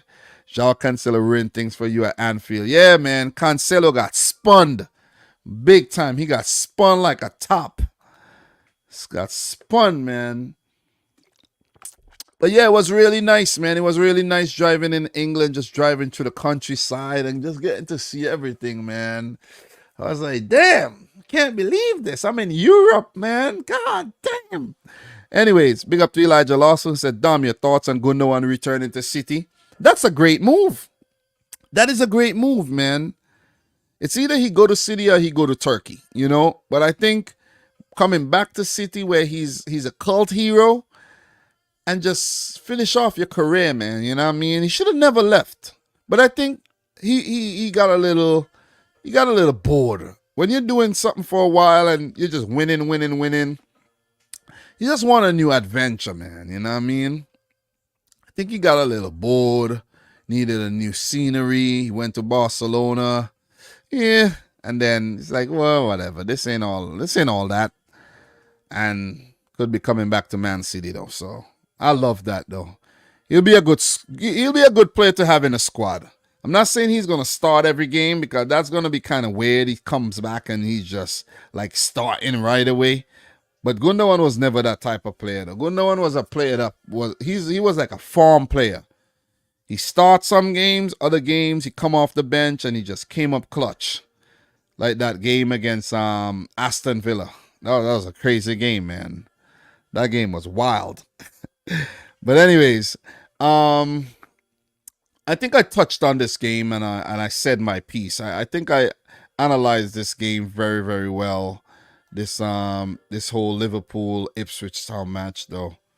I think I did. I always analyze Liverpool games very well. I'm very knowledgeable about the team, and I make most of my videos on. In the past, I did make a lot of Liverpool videos because those are the videos that got the best responses. But this season, I'm going to talk about my team, City. I'm going to talk about whatever I want to talk about. You know, I don't care about a response. I'm going to talk, man. Let me talk, okay? Please. But let's move on, though. Let's move on. And I am not going to leave the Man City game for last. Because if I do, you guys are going to be like, man, I don't want to hear you talk about Man City. I'm out of here. So I'm going to leave the Arsenal Wolves game for last. We're going to talk a little bit about Arsenal. I'm not going to talk a lot about this game because I did already. So Chelsea 0, Manchester City 2. Erling Haaland in the 18th minute and Mateo Kovacic in the 84th. Both of these goals are really good. I was actually driving and watching this match, so I watched the game, but in terms of really soaking it in, didn't really get to soak it in the way I wanted to soak it in. When I'm at my job and I'm like watching it and I'm like, you know, and it's really intense, then is when I really get to watch. But I did watch it. But Chelsea, man, Chelsea and the congregation, that is what I like to call them because, you know, congregation is a group of people. Most of the times, a lot of people in a church, you see, if people congregate in a square, it's a crowd. It's a lot of people, man. It's a lot of freaking players at Chelsea. And I can't keep track of these guys. I really can't keep track of them. But I have to say they did give a good account of themselves. If you look at the stats, it was pretty even all across the board. In most of the, you know, the stats, they were pretty even. So you can't really fault Chelsea too much and be overly critical. But they always had their work cut off for them coming up against City, where they haven't won in their last 10 games. They did manage to pull off some really good draws last season with the help of their new star boy Cole Palmer. But, you know, City said, hey, man, we had enough of that. Enough of that. It's time to get back to winning ways. Jeremy Doku was a beast in this game, man. And his, you know, he just kept dribbling past these Chelsea defenders. He was part of the build-up for the goal where Bernardo Silva laid it off to Haaland. You know, Haaland getting past Cucurella. I didn't even realize the Cucurella was taunting Haaland in his the song, some Cucurella song. You know, and Haaland had the last laugh, man. So it was just nice to see City back playing 4 in a row. You know, it could be 5 in a row. But as we all know, there's still the whole cloud of the 115 charges that's, you know, hovering over Man City. It's always. Do your research on Conor Bradley. Oh, I am familiar with Conor Bradley. I am definitely familiar. Oh, you're talking about the whole right back thing. Yeah, you're absolutely right though. You're absolutely right with Connor Bradley and him being the backup for right back, but still, Connor Bradley is very young, and I did say bringing in a player who's versatile that could play left back and right back. But Connor Bradley, I am still very rusty, guys. I am still very, very, very rusty, and I have admitted that. But I like to look at the comments, and you gotta stay humble. And I I did watch a lot of Connor Bradley last season, but I am rusty, and he definitely slipped. He definitely slipped through the cracks there. He was very impressive, especially going forward. Very, very impressive going forward. Has his strengths defensively, but I think he's better than Trent defensively. And going forward, he of course he's not as good as Trent, but his delivery and distribution and his pace and everything was really good. But are Liverpool gonna actually give Connor Bradley a chance, a really good go? You see what I'm saying? Are they gonna do it? Are they gonna give him a good go, or they're gonna allow another Lewis Hall situation to happen? Like, you remember when Lewis Hall was at Chelsea and he basically went up the pecking order ahead of guys like Alonso and Cucurella and co. Remember that? So are Liverpool gonna let a guy like Connor Bradley slip through the cracks? I don't think so, but you gotta give him the opportunities though. Definitely gotta give him the opportunities. But yeah, NZ, you're absolutely right, Connor Bradley. But why I never really considered him is because last season was his breakout season coming through the academy. You see? So when I say bringing a quality right back, I mean bringing a player who is like already like established, who you know that you could put back there, and yeah, defense, you got a solid back line there. So could Connor Bradley be that player? Yes, he could. Yes, he could. So maybe Liverpool don't need to bring in somebody there, but more often, let's say oftentimes, even though there's a youngster who could fill the position there, we see teams still bring in players. You see what I mean? Teams still do that. You might have a right back, a little young right, like Man City does it all the time. We had guys like Wilson Esbrand, who I think could have been a really good backup player in the team, and we didn't use him. We didn't use him. You see? So but I do stand corrected on the Connor Bradley situation though, and him being a good replacement. Even a backup or frontline right back, and maybe push Trent Alexander-Arnold into the midfield, or even drop Trent altogether if you don't feel his game is up to par. You know, because we know how suspect Trent Alexander-Arnold could be. So yeah. Back to City-Chelsea thing. Savio, man. Savio, I did see MVP Kev mention about Savio. He did look really good. Pep give him the start in the first game. So kudos to Pep, you know, exciting player. And I did see something on, I can't remember where I saw it, but Savio is that Riyad Mahrez type of player. Think about it. He's that Riyad Mahrez type of player. That's a player who I really miss, man. We had some really good players, and that's why Man City won these titles. I know people are going to talk about, City cheat, City this, whatever.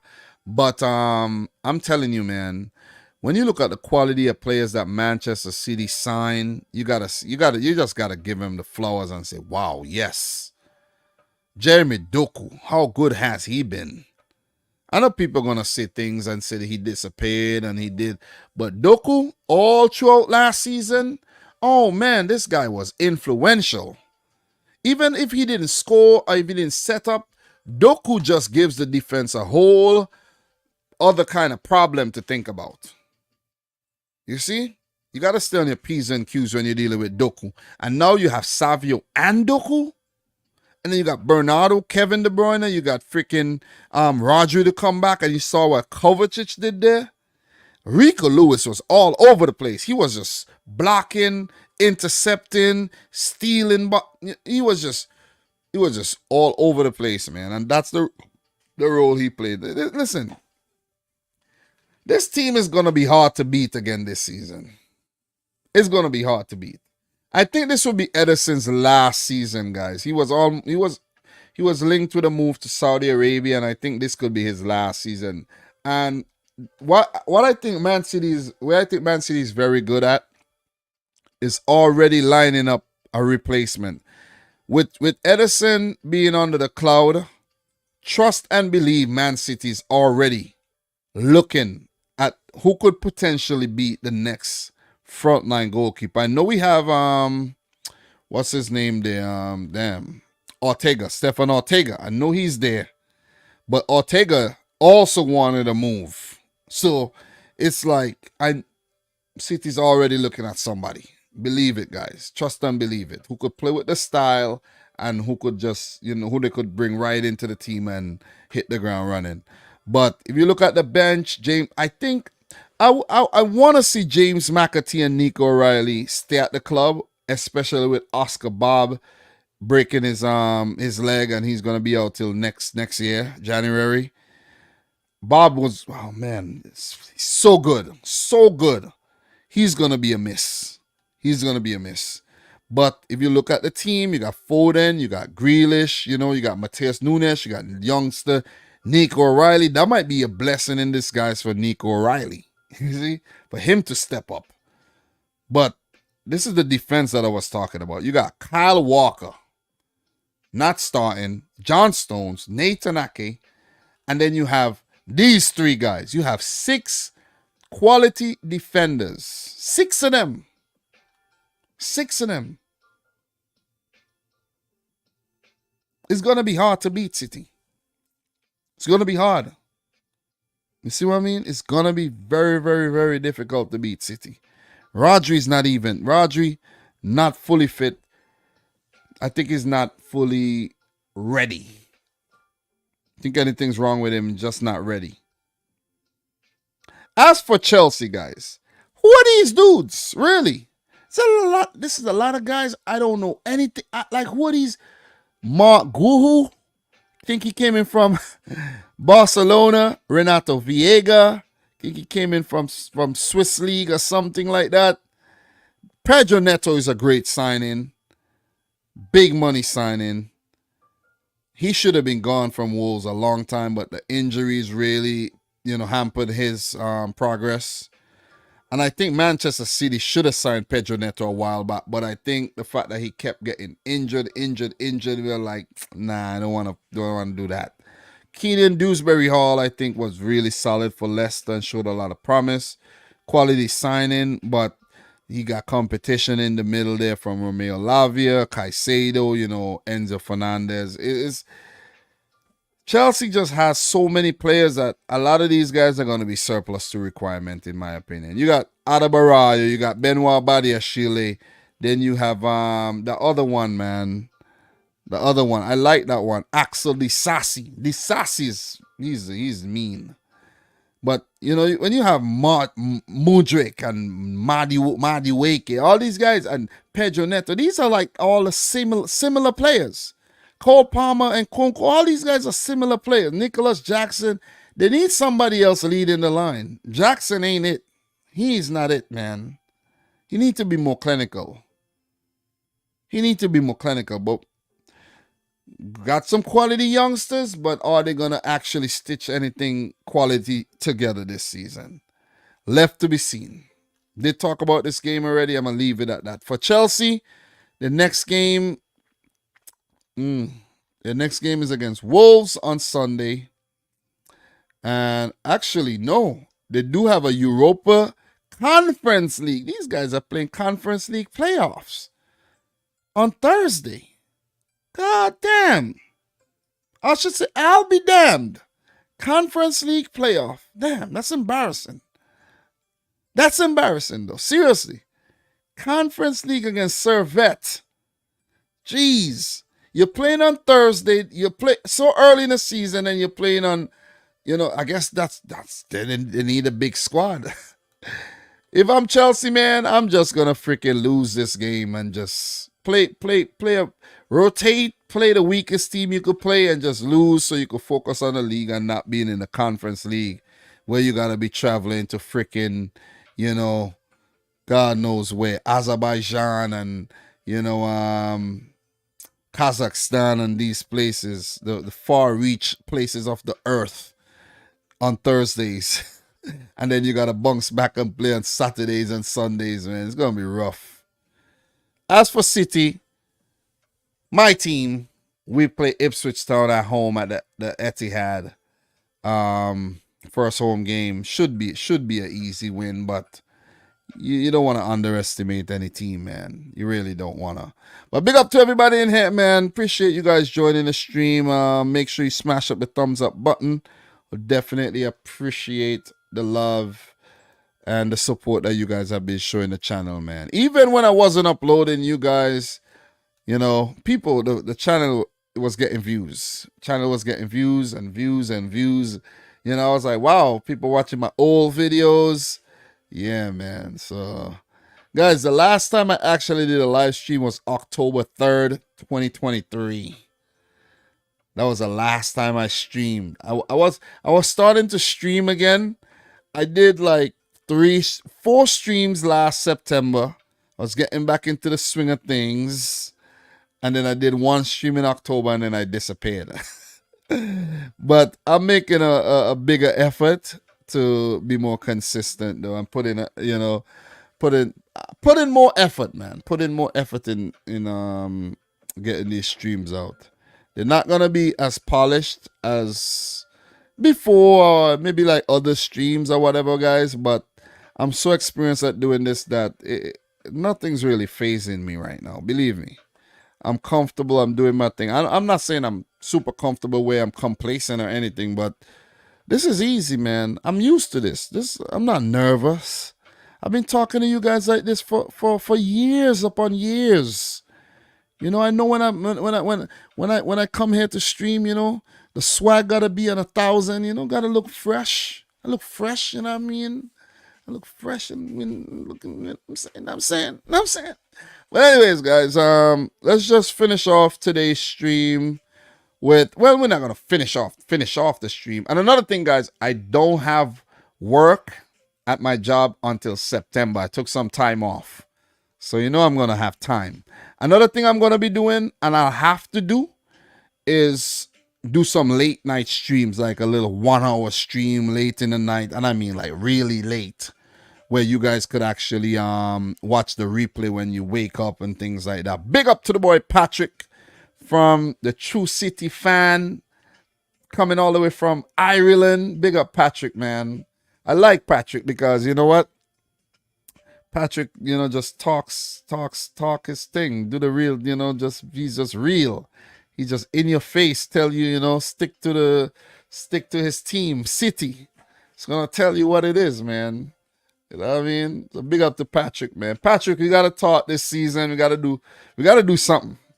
You gotta do something. When I'm settled and I could actually bring people on, but I'm not ready yet. Bring on Patrick and we talk some things, man. You know what I mean? We're going to talk. I haven't been watching a lot of football channels. Well, I haven't really been watching any football YouTube for a while as well. You feel me? I haven't. I really haven't, man. So I don't even know what's going on. I don't know if there's new people on the block. I don't know what's going on, man. You see? But all I know, I have some good friends on YouTube, some very good friends. And there's also some people that I don't like that do the football YouTube too. I'm just gonna put it out there. There's some people that I just don't like, man. I just don't feel their energy.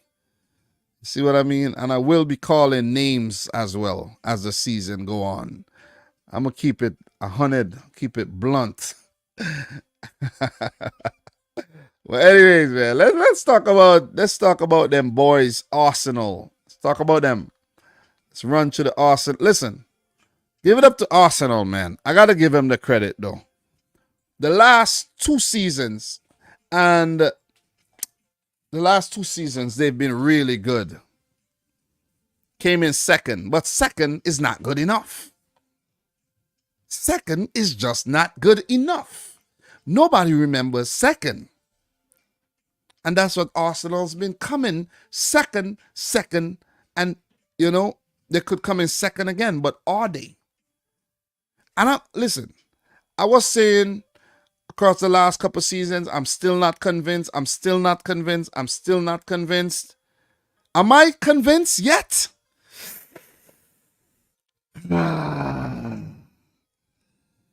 Am I convinced? You know who I'm really convinced about, though? I'm convinced about Man City. Let me just say that. I'm convinced about City. City is like the only team I could really put all my chips in and say, I'm going to just put all the chips in. I'm going to bet all my money on this team because they've just proven themselves time and time again to just, you know, hold their nerve and just win games when it matters. Win 1,000 games in a row when it matters. But for Arsenal, teams like Arsenal and Liverpool, who's been, you know, challenging for the title over the last, let's say 7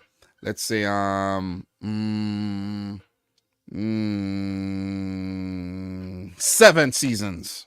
7 seasons, right? Because across the last 7 seasons, Man City has won 6 titles. You see what I'm saying? So it's like, okay. How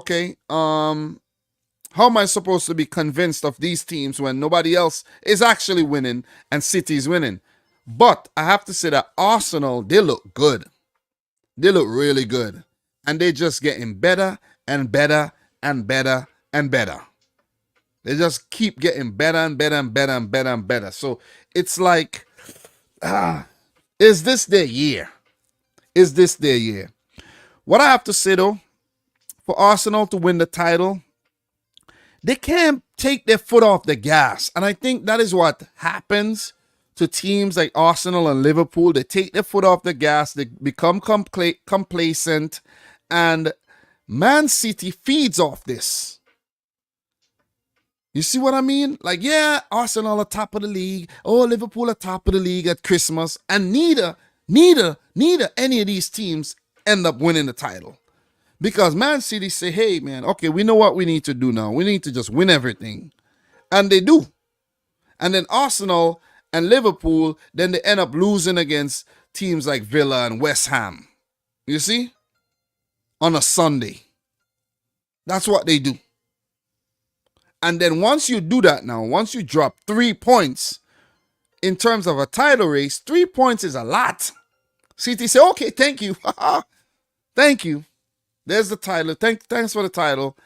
You know, and then Man City will go on a mad run and not drop any points. You see what I mean? And that's the difference between City and Arsenal. If you check the last 2 seasons, guys, you see exactly what I'm talking about, right? Let's go back to 23-24 season. Only difference of 2 points. 2 points, guys. 2 points. Arsenal lost 5 games. And they drew 5 games. Those were 10 games that they just did not make it count.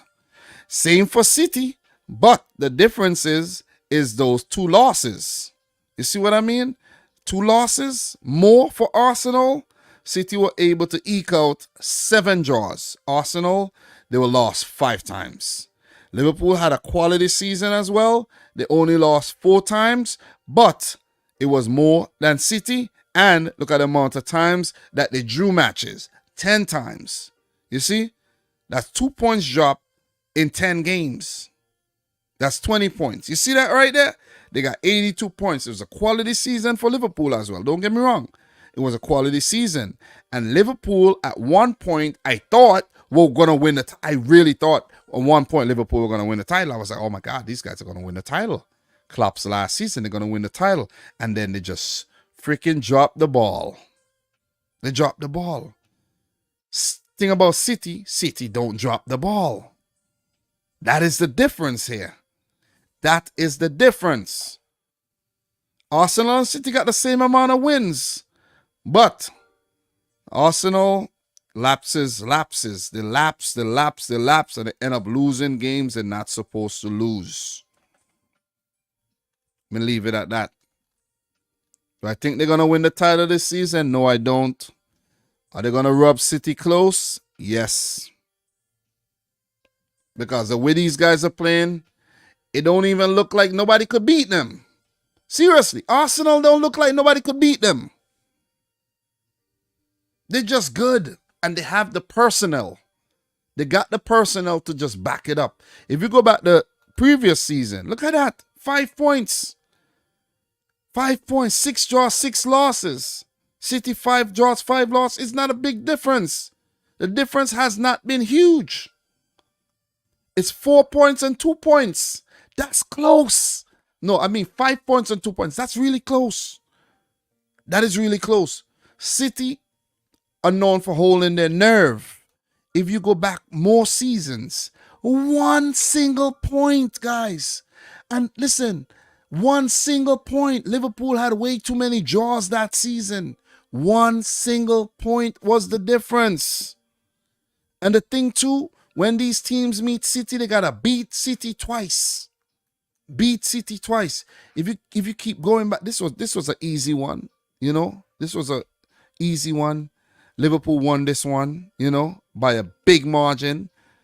Kudos to Liverpool. This was a pandemic year. Liverpool won that season, you know, bittersweet. Man City, 1 point. 1 point, guys, 1. Bam, 100-point season. You see what I'm saying? I'm telling you, it's been close. It's just been 3 seasons out of the last 7 that has not been close. 3. The 100-point season, Liverpool's 99-point season, and this season right here. Where is it? Right here. This one, United came in second. Apart from that, it's been close. It's been close. You know what season is a very interesting season? See this season right here? Spurs almost won the title this season. Could you guys believe that? Spurs had the title to win and blew it. This season, and also I think this season too with Leicester, they were kind of like up there too. But I wish I had placed a bet on Leicester this year. Like everything I owned, I had like put it on Leicester. I would have been a millionaire. But yeah, man, let's just come back to this season. Let's come back to this season and talk about Arsenal before we end today's live stream. Wolves, Arsenal. Kai Havertz, 25th minute, really great ball by Saka, and Saka to score in the 74th minute. They have quality. Saka. Guys, look at what Saka has done since he came through the academy. How consistent has this man been? This youngster. Compare Saka to Rashford. Think about it. Just compare Saka to Rashford. Light years ahead.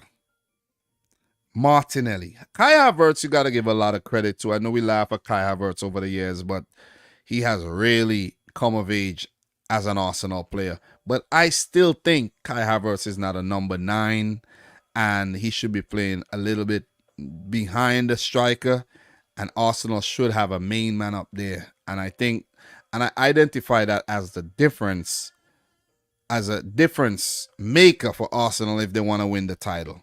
Yeah, you brought in Rice. Rice is solid. But what I would do, Thomas Partey, I would sell Partey. Or keep him in the team, keep him in the squad, take him out the team, and I would actually have Rice anchoring, and then you have Kai Havertz and Odegaard a little bit above Rice and have a number 9. Not Jesus, not Havertz, not Martinelli, not Trossard, but a quality number 9, a guy like Osimhen or even Ivan Toney. If Arsenal make a move like that, man, I'm telling you, they're gonna win the title. They are bringing in Mikel Merino as well. I don't know why, to be honest. I think he's more of a holding type midfielder from Sociedad. I think he's formerly of Liverpool back in the day when he was a youngster too. But also another weak point for Arsenal. Sad to say, but when Zinchenko plays, he's a weak point at left back. Easily exploited. Easily exploited, man. David Raya was solid in this game, pulled off some great saves. Strand Larson header, great save, I think. But in terms of Wolves I think had their worst season since they came back into the Premier League last year under Gary O'Neill. But kudos to O'Neill for keeping them in the league, because they look like they're about to go down, losing a lot of quality players. And if you really look at this Wolves team right now, they look too solid. They don't look solid, but still got some quality in Huang and Lemina in the midfield. But if you really look all across the team, a lot of young raw players. And I saw something. I think that Mosquera who put his hands on Gabriel Jesus's ass. That was like so uncalled for. Like, come on, what are you doing, bro? Pause. No Didi there. So Podence, I think they say is on his way out. But Cunha, we know his quality. Sarabia with his experience, Spain national team, while he was at PSG and all, you know what I mean? But the team looked kind of light. Gonzalo Guedes is back in the team. Wow. I think he went out on loan. They paid a lot of money for these Portuguese players. But if you look at Arsenal, guys, only use 3 of their 5 available subs. Timber, Jesus, Trossard. Their bench looks kind of light, if you really think about it. Maybe there's some players who are missing, but their bench looks kind of light, though. That could be another thing where Arsenal, that could hamper Arsenal's season. The depth in squad. I think Tomiyasu is out injured, and there might be a couple more players. But the depth as well they look kind of light, guys, in certain areas. Seriously, like if you look at this team, it's like comparing to a City bench, and you look at this Arsenal bench, you're like, you see what I mean? And that could also be make a difference this season. So great start by Arsenal. I think most of the big teams, with the exception of Chelsea, had a solid start. Spurs a draw, Villa a win. Liverpool, Man United, Manchester City, Arsenal all start with a win this season. And this is what the table looks like. Insignificant, but this is what the table looks like right about now.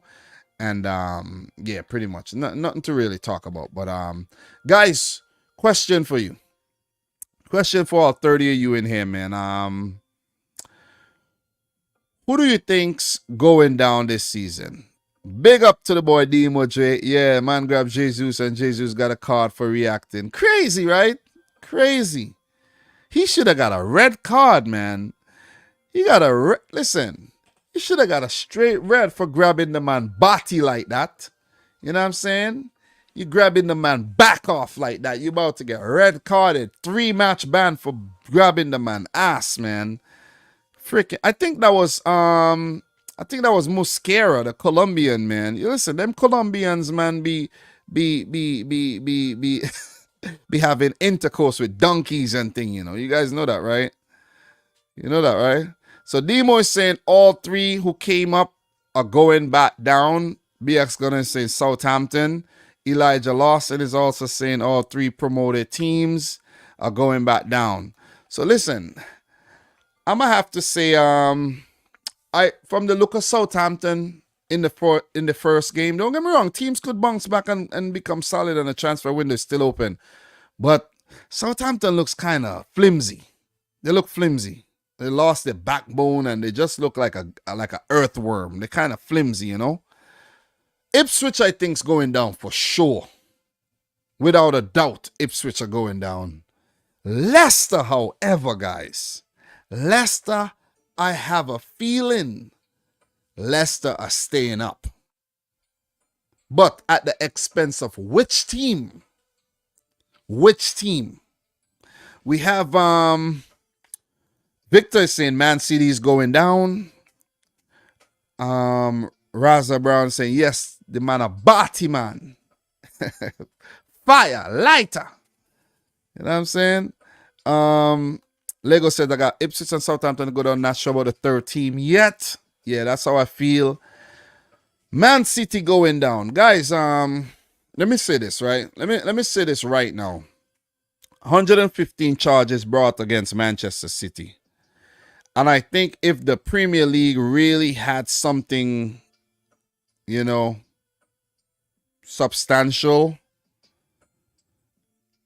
it would have already took action against Manchester City already. 115, 116, whatever the number is. Something don't happen and then you take forever. You take literally forever. This happened February 6, 2023. Guys, I haven't been gone for super long, right? I kind of stepped away after that. I streamed when it happened, and I didn't stream again until September that same year. That was only last year, guys. And I was on a roll. I was on a roll with my streams, man. I was doing my thing, man. I was really doing my thing. Ready, set, go. I started this series called Ready, Set, Go, and I was really going. You see what I mean? I was really going. I was enjoying myself. I was doing my thing, guys. I was doing my thing. I was really doing my thing in this thing. The World Cup. We were fresh off the World Cup, guys. Remember, we were fresh off the World Cup in 2022. Don't forget your boy covered the World Cup. It seems like so long ago. Covered the World Cup. You know what I mean? We did our thing. We streamed. You know, we had some really good live streams. We had some good reactions. You know, we did our thing, man. The World Cup was really nice. It was really, really nice. I made some good money on the channel during the World Cup as well, guys. You know, that was fun. That was really fun to look forward to in terms of grinding and making some money. Right? Let me tell you guys how much money I made during that World Cup. Let me see. Let me see if I could tell you guys exactly when. Let me see, right? Custom. 2023, December 2020, not 2023, 2022, right? Let me tell you guys how much money I made that World Cup, right? Let's say World Cup started in November, I think, right? Let's say from November 2022 to December, like the end of December, right? Let's just say that, right? December 31st. Let's apply that. Bam. On the channel during that time, let me tell you, it's not a lot of money. It's not a lot of money. But I made, during that whole World Cup period, I made like $2,000 on the channel. Yeah. That was like a really good period there. $2,000. So 2023 on the channel, well, I didn't even make a lot of, well, the thing is, I didn't upload a lot of videos 2023, and I made about I only made like $743. 2023. That was crazy. That was crazy, man. 2023. And 2022, I'm gonna give you guys some numbers. 2022, I didn't even make a lot of money in 2022. I made about $5,000 from the channel, guys. Channels don't make a lot of money. Don't make nobody fool you, you know. You have to actually be getting a lot of views. Like, don't get me wrong. You see the channels that get a lot of views, they'll make money. But with the football niche don't really make a lot of money, though. You know, the niche isn't high paying. It's really not. But you can't do this. If you do this for the money, you will be really depressed. See, or you have to be on here like really going hard and, you know, doing a lot of live streams and, you know, yeah. But there's money to be made, but trust me, it's not enough money for the work that we put in, though, seriously. So Everton always flirting with relegation, but always escapes in the end. Yeah, so Victor Sindam, the hearing is next month for 115 and the final decision for the hearing is in January 2025. So you see what I'm telling you, right? Why are you taking so long? Why are you taking so long to make your decision? You're taking too long. Man City and the City Group got way too much money and way too much at stake to lose a case like this. Trust me when I tell you guys that. Trust me. This thing is too political, and it's too deep for it's guys, as much as you guys want Man City relegated, it's not gonna happen. It is not gonna happen. I don't know what's gonna happen, but City is not gonna get relegated. It ain't gonna happen. Man City, what people don't realize is I also think City would get away with it. It's not about getting away with anything. You guys have to understand how the law works and how politics is and whatever. You could think I did something all you want. You could think whatever you want, but could you prove it? Could you prove it? You could say I did this, I did that, but do you have evidence that I did it? Show me the evidence. You could say what you want, but show me the evidence. Unless you could show me the evidence or you could prove in a court of law that I'm guilty, I'm innocent. Always remember that, guys. Always remember that. If the evidence say, it's like with the whole Vibes Cartel thing. Vibes Cartel did dirty because it's a whole Jamaican system. If he was somewhere else, he would have never gone to jail. You see what I mean? He would have never gone to jail. The evidence was acquired illegally and tampered with and all kind of stuff. So with the whole Manchester City thing, I'm not here claiming that City is innocent of anything. I'm not part of the organization. I don't know what's going on, right? But at the same time, a verdict should have already been. They should have already came to a verdict, and we should have already gone past that. Whether City was relegated or points deducted or whatever, it should have already been done. People move on. City, whether they went back down in League 2, they would have already gone back up to League 1 and, tried to get back into the championship. You see what I'm saying? Whatever it is, it should have been. You don't come out and say, 116 charges, and then have that same team that you said is charged for 115 or 16 breaches, and then you have the same team playing in your league 2 consecutive seasons, winning the title. How do you look? It's like, for example, it's like having a pedophile in your house. You have a pedophile in your house. You're accusing someone of pedophilia or doing some type of heinous act, but still have them living in your house. And you say, I can't prove it yet, so I'm waiting. And they're still living in your house with the same victims. Make it make sense. Make it make sense. So with all that time that you give Manchester City, that they're able to hire the best lawyers in the world, the best lawyers. When you have money, you could hire the best lawyers. To fire the ones you got and hire more. You could hire, could have the best lawyers on retainer, and they're gonna be laughing and be like, Premier League ain't got nothing. It's the same thing like the whole UEFA situation, guys. What happened to that? Tell me, what happened? You have the same team that you accuse of financial breaches playing in your league, going into the final, and then later going on to win the thing. It's like, come on, man. Make it make sense. But anyways, guys, since we have a little bit of time, here left. Let me read a few comments before I bounce out of here. I do want to have another stream talking about transfers, but I don't want to make this about transfers. I just want to make this one about Premier League match week 1 and all that good stuff. I know there's a few more things I could talk about, but I'm gonna have something ready for you guys when it comes to match week 2. I'm gonna have my Reddit page cooking because let me just show you guys something that I something that I used to do. I used to do this back in the day, right? This is something that I've always used to do, and it was like a great idea of mine. Let me see something. It was like a great idea of mine to like go on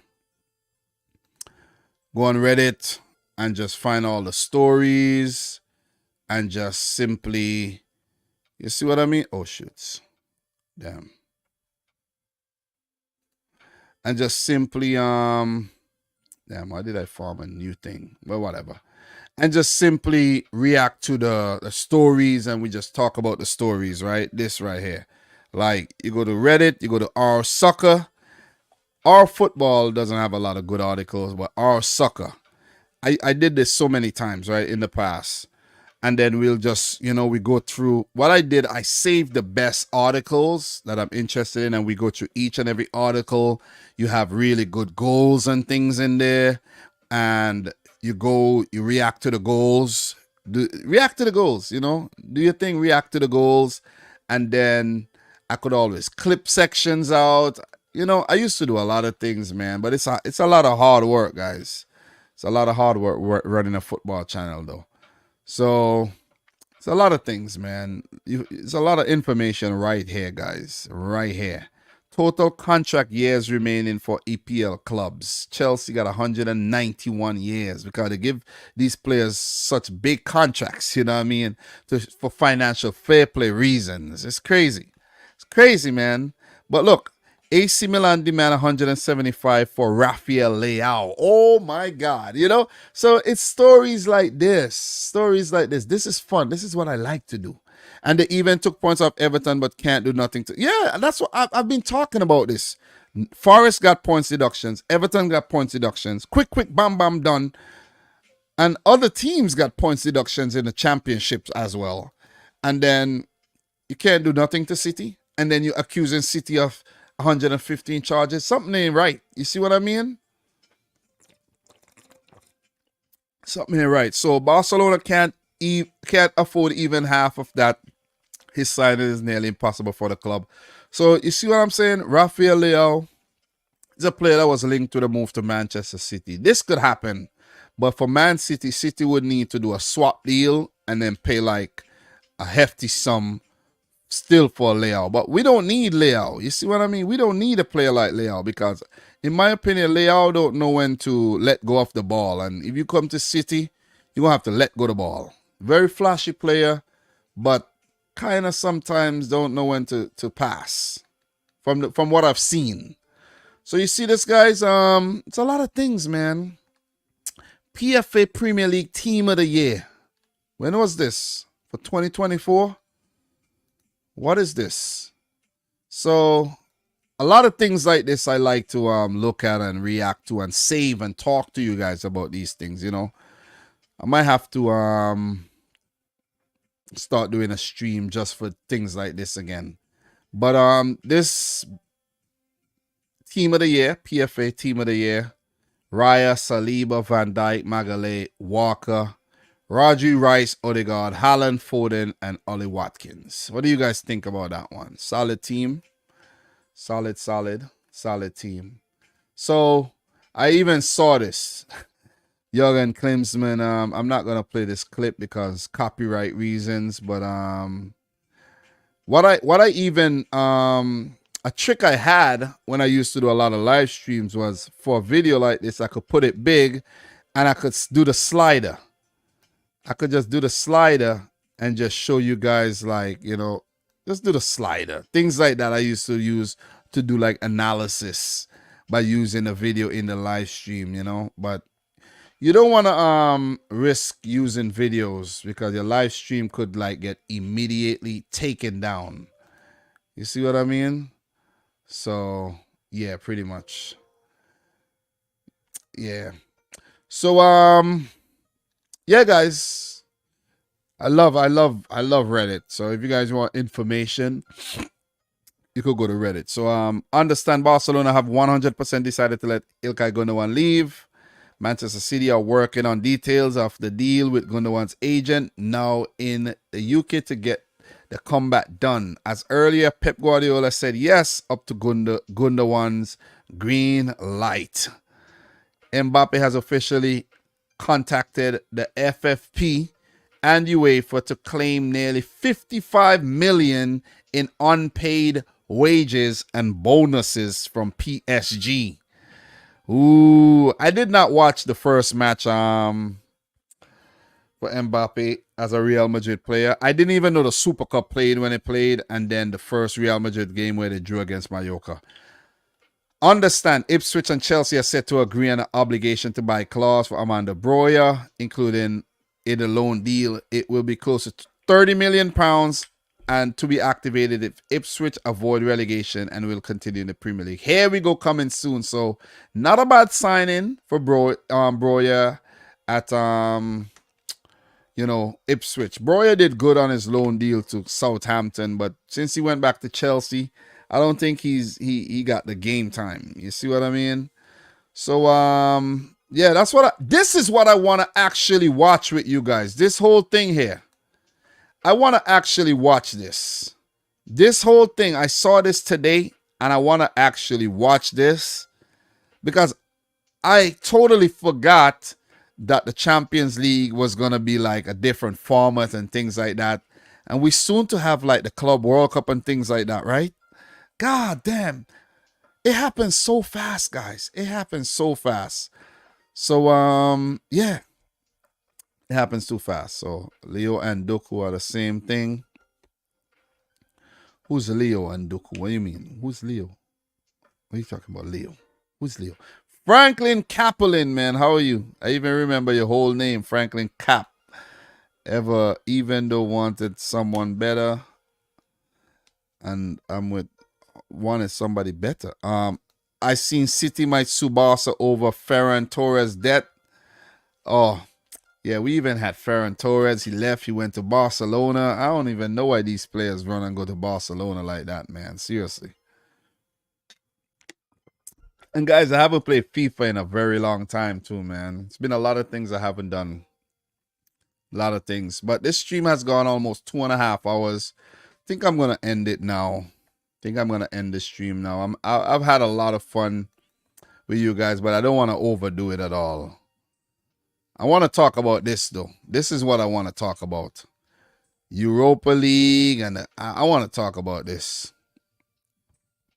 I really want to talk about this, but I have no idea what the Champions League draw will be conducted by specialized software. So, yeah, as it gets a little closer to that, we're going to talk about that, though. But anyways, man, Olmo not even registered yet either. Yeah, Barcelona, I don't know, man. I don't know. I'm not a Barcelona expert. I'm not a Spanish league expert. The Premier League is my domain. So I'll stick to what I know best. But, guys, I really abandoned this room. I'm telling you, all year, I have not come into this room 10 times for the whole year. I just haven't been coming in the room. Like, maybe I come in and grab something. I have bare bottles in this room, guys. I'm telling you, it's been so bad that I have in my garbage. Listen, I have in my garbage bare bottles from probably last year. Oh, man. It's that critical. It is that critical. But, guys, definitely appreciate you guys joining the live stream. And if you haven't yet smashed the thumbs up button, make sure you do so. We've done really good in terms of the stream, in terms of the likes and everything. You guys have really liked the stream. We have 52 likes so far. And if you're watching the replay, smash up the thumbs up button, guys. Smash it up, smash it up, smash it up. Get into the habit of liking the videos, man. Your boy is back, and we're here to have fun. Just remember that. We're here to have fun more than anything, okay? We're here to have fun. We're here to talk about anything you guys want to. Let me tell you something, man. Listen, if you guys having little woman problems, if your wife is giving you a little problem, your girlfriend, let's talk about it, man. Let's talk about it here. You feel me? Let's talk about if there's a girl at your job that you like, let's talk about it here. I'll give you a few pointers. You see what I'm saying? If you having money problems, I might give you a few pointers as well. You see what I mean? We're going to talk about a lot of things here, including football. But, you know, football is life. There's more to life than football. You know, there's a lot of, there's a lot of things, man. You guys, sometimes you might see a player not performing the way he usually performs. Maybe he meet a new girl and he's like, you know, partaking in extracurricular activities. You see? Maybe that's what it is. So it is what it is. You know, don't talk to a girl at your job. Bro, come on, bro. Come on. Listen, my job don't have a lot of girls, and maybe it's a good thing, but back in the days, man, that's one reason to go to the job. I'm at the job because there's girls galore. It makes work more fun. Seriously. It does. Especially if you're younger and you're single. Hell yeah. Hell yeah, man. You know, that's a must, bro. That's a must. Victor said, I'm single and I'm not married yet. And I'm 22, by the way. Yo, keep it that way. Keep it that way, man. Trust me. Because when you do get a girlfriend or you get a wife, bro, you're gonna be happy that you have someone to, you know, share your time with, but after a while you're gonna be like, yo, man, you're cramping my style. You're cramping my style. You're cramping my stilo, man. Seriously. You're cramping my style. Yo, Demo Dre, you married yet, bro? You married? You guys know I'm married. You should already know that. Should already know your boy married. But guys, we talk some more another time, man. We talk some more another time because this is about to go down another rabbit hole, and we don't want to do that right about now. But yeah, yo, it's me. It's me in the flesh. I look the same. Do I look the same? Do I look better? Do I look worse? Did I get fat? Guys, I think I weigh the same. I didn't put on no weight or anything, right? I look good. Right? You know what I'm saying? Boy, look. It's the same. It's the same damn. Look. My arms didn't get big and fat or anything, you know. Look, it's the same me. It's the same me, man. You know what I mean? Maybe I even look a lot better, more handsome than before. But guys, it's your boy Dom. This is the match week 2 reaction. Match week 2? Match week 1. What am I talking about? Yeah, it's time to go. Match week 1 reaction. Week 2 prediction is going to come up. Don't know if I live stream it yet or if I do a video, but I'm going to work on something. It won't be nothing too crazy like I used to do in the past, and halfway through I'm like regretting it, but it's going to be something quick. So guys, thanks for watching. Make sure you smash the thumbs up button. Let me know your thoughts down below. Let me know if anything I missed in the match week 1 reaction. And until next time, from your boy Dom, this is Dominic Rich FC. Peace out. Rich Squad. Thanks, guys. Appreciate you guys tuning in. Much love and respect. See ya. It was fun. Nice to be back.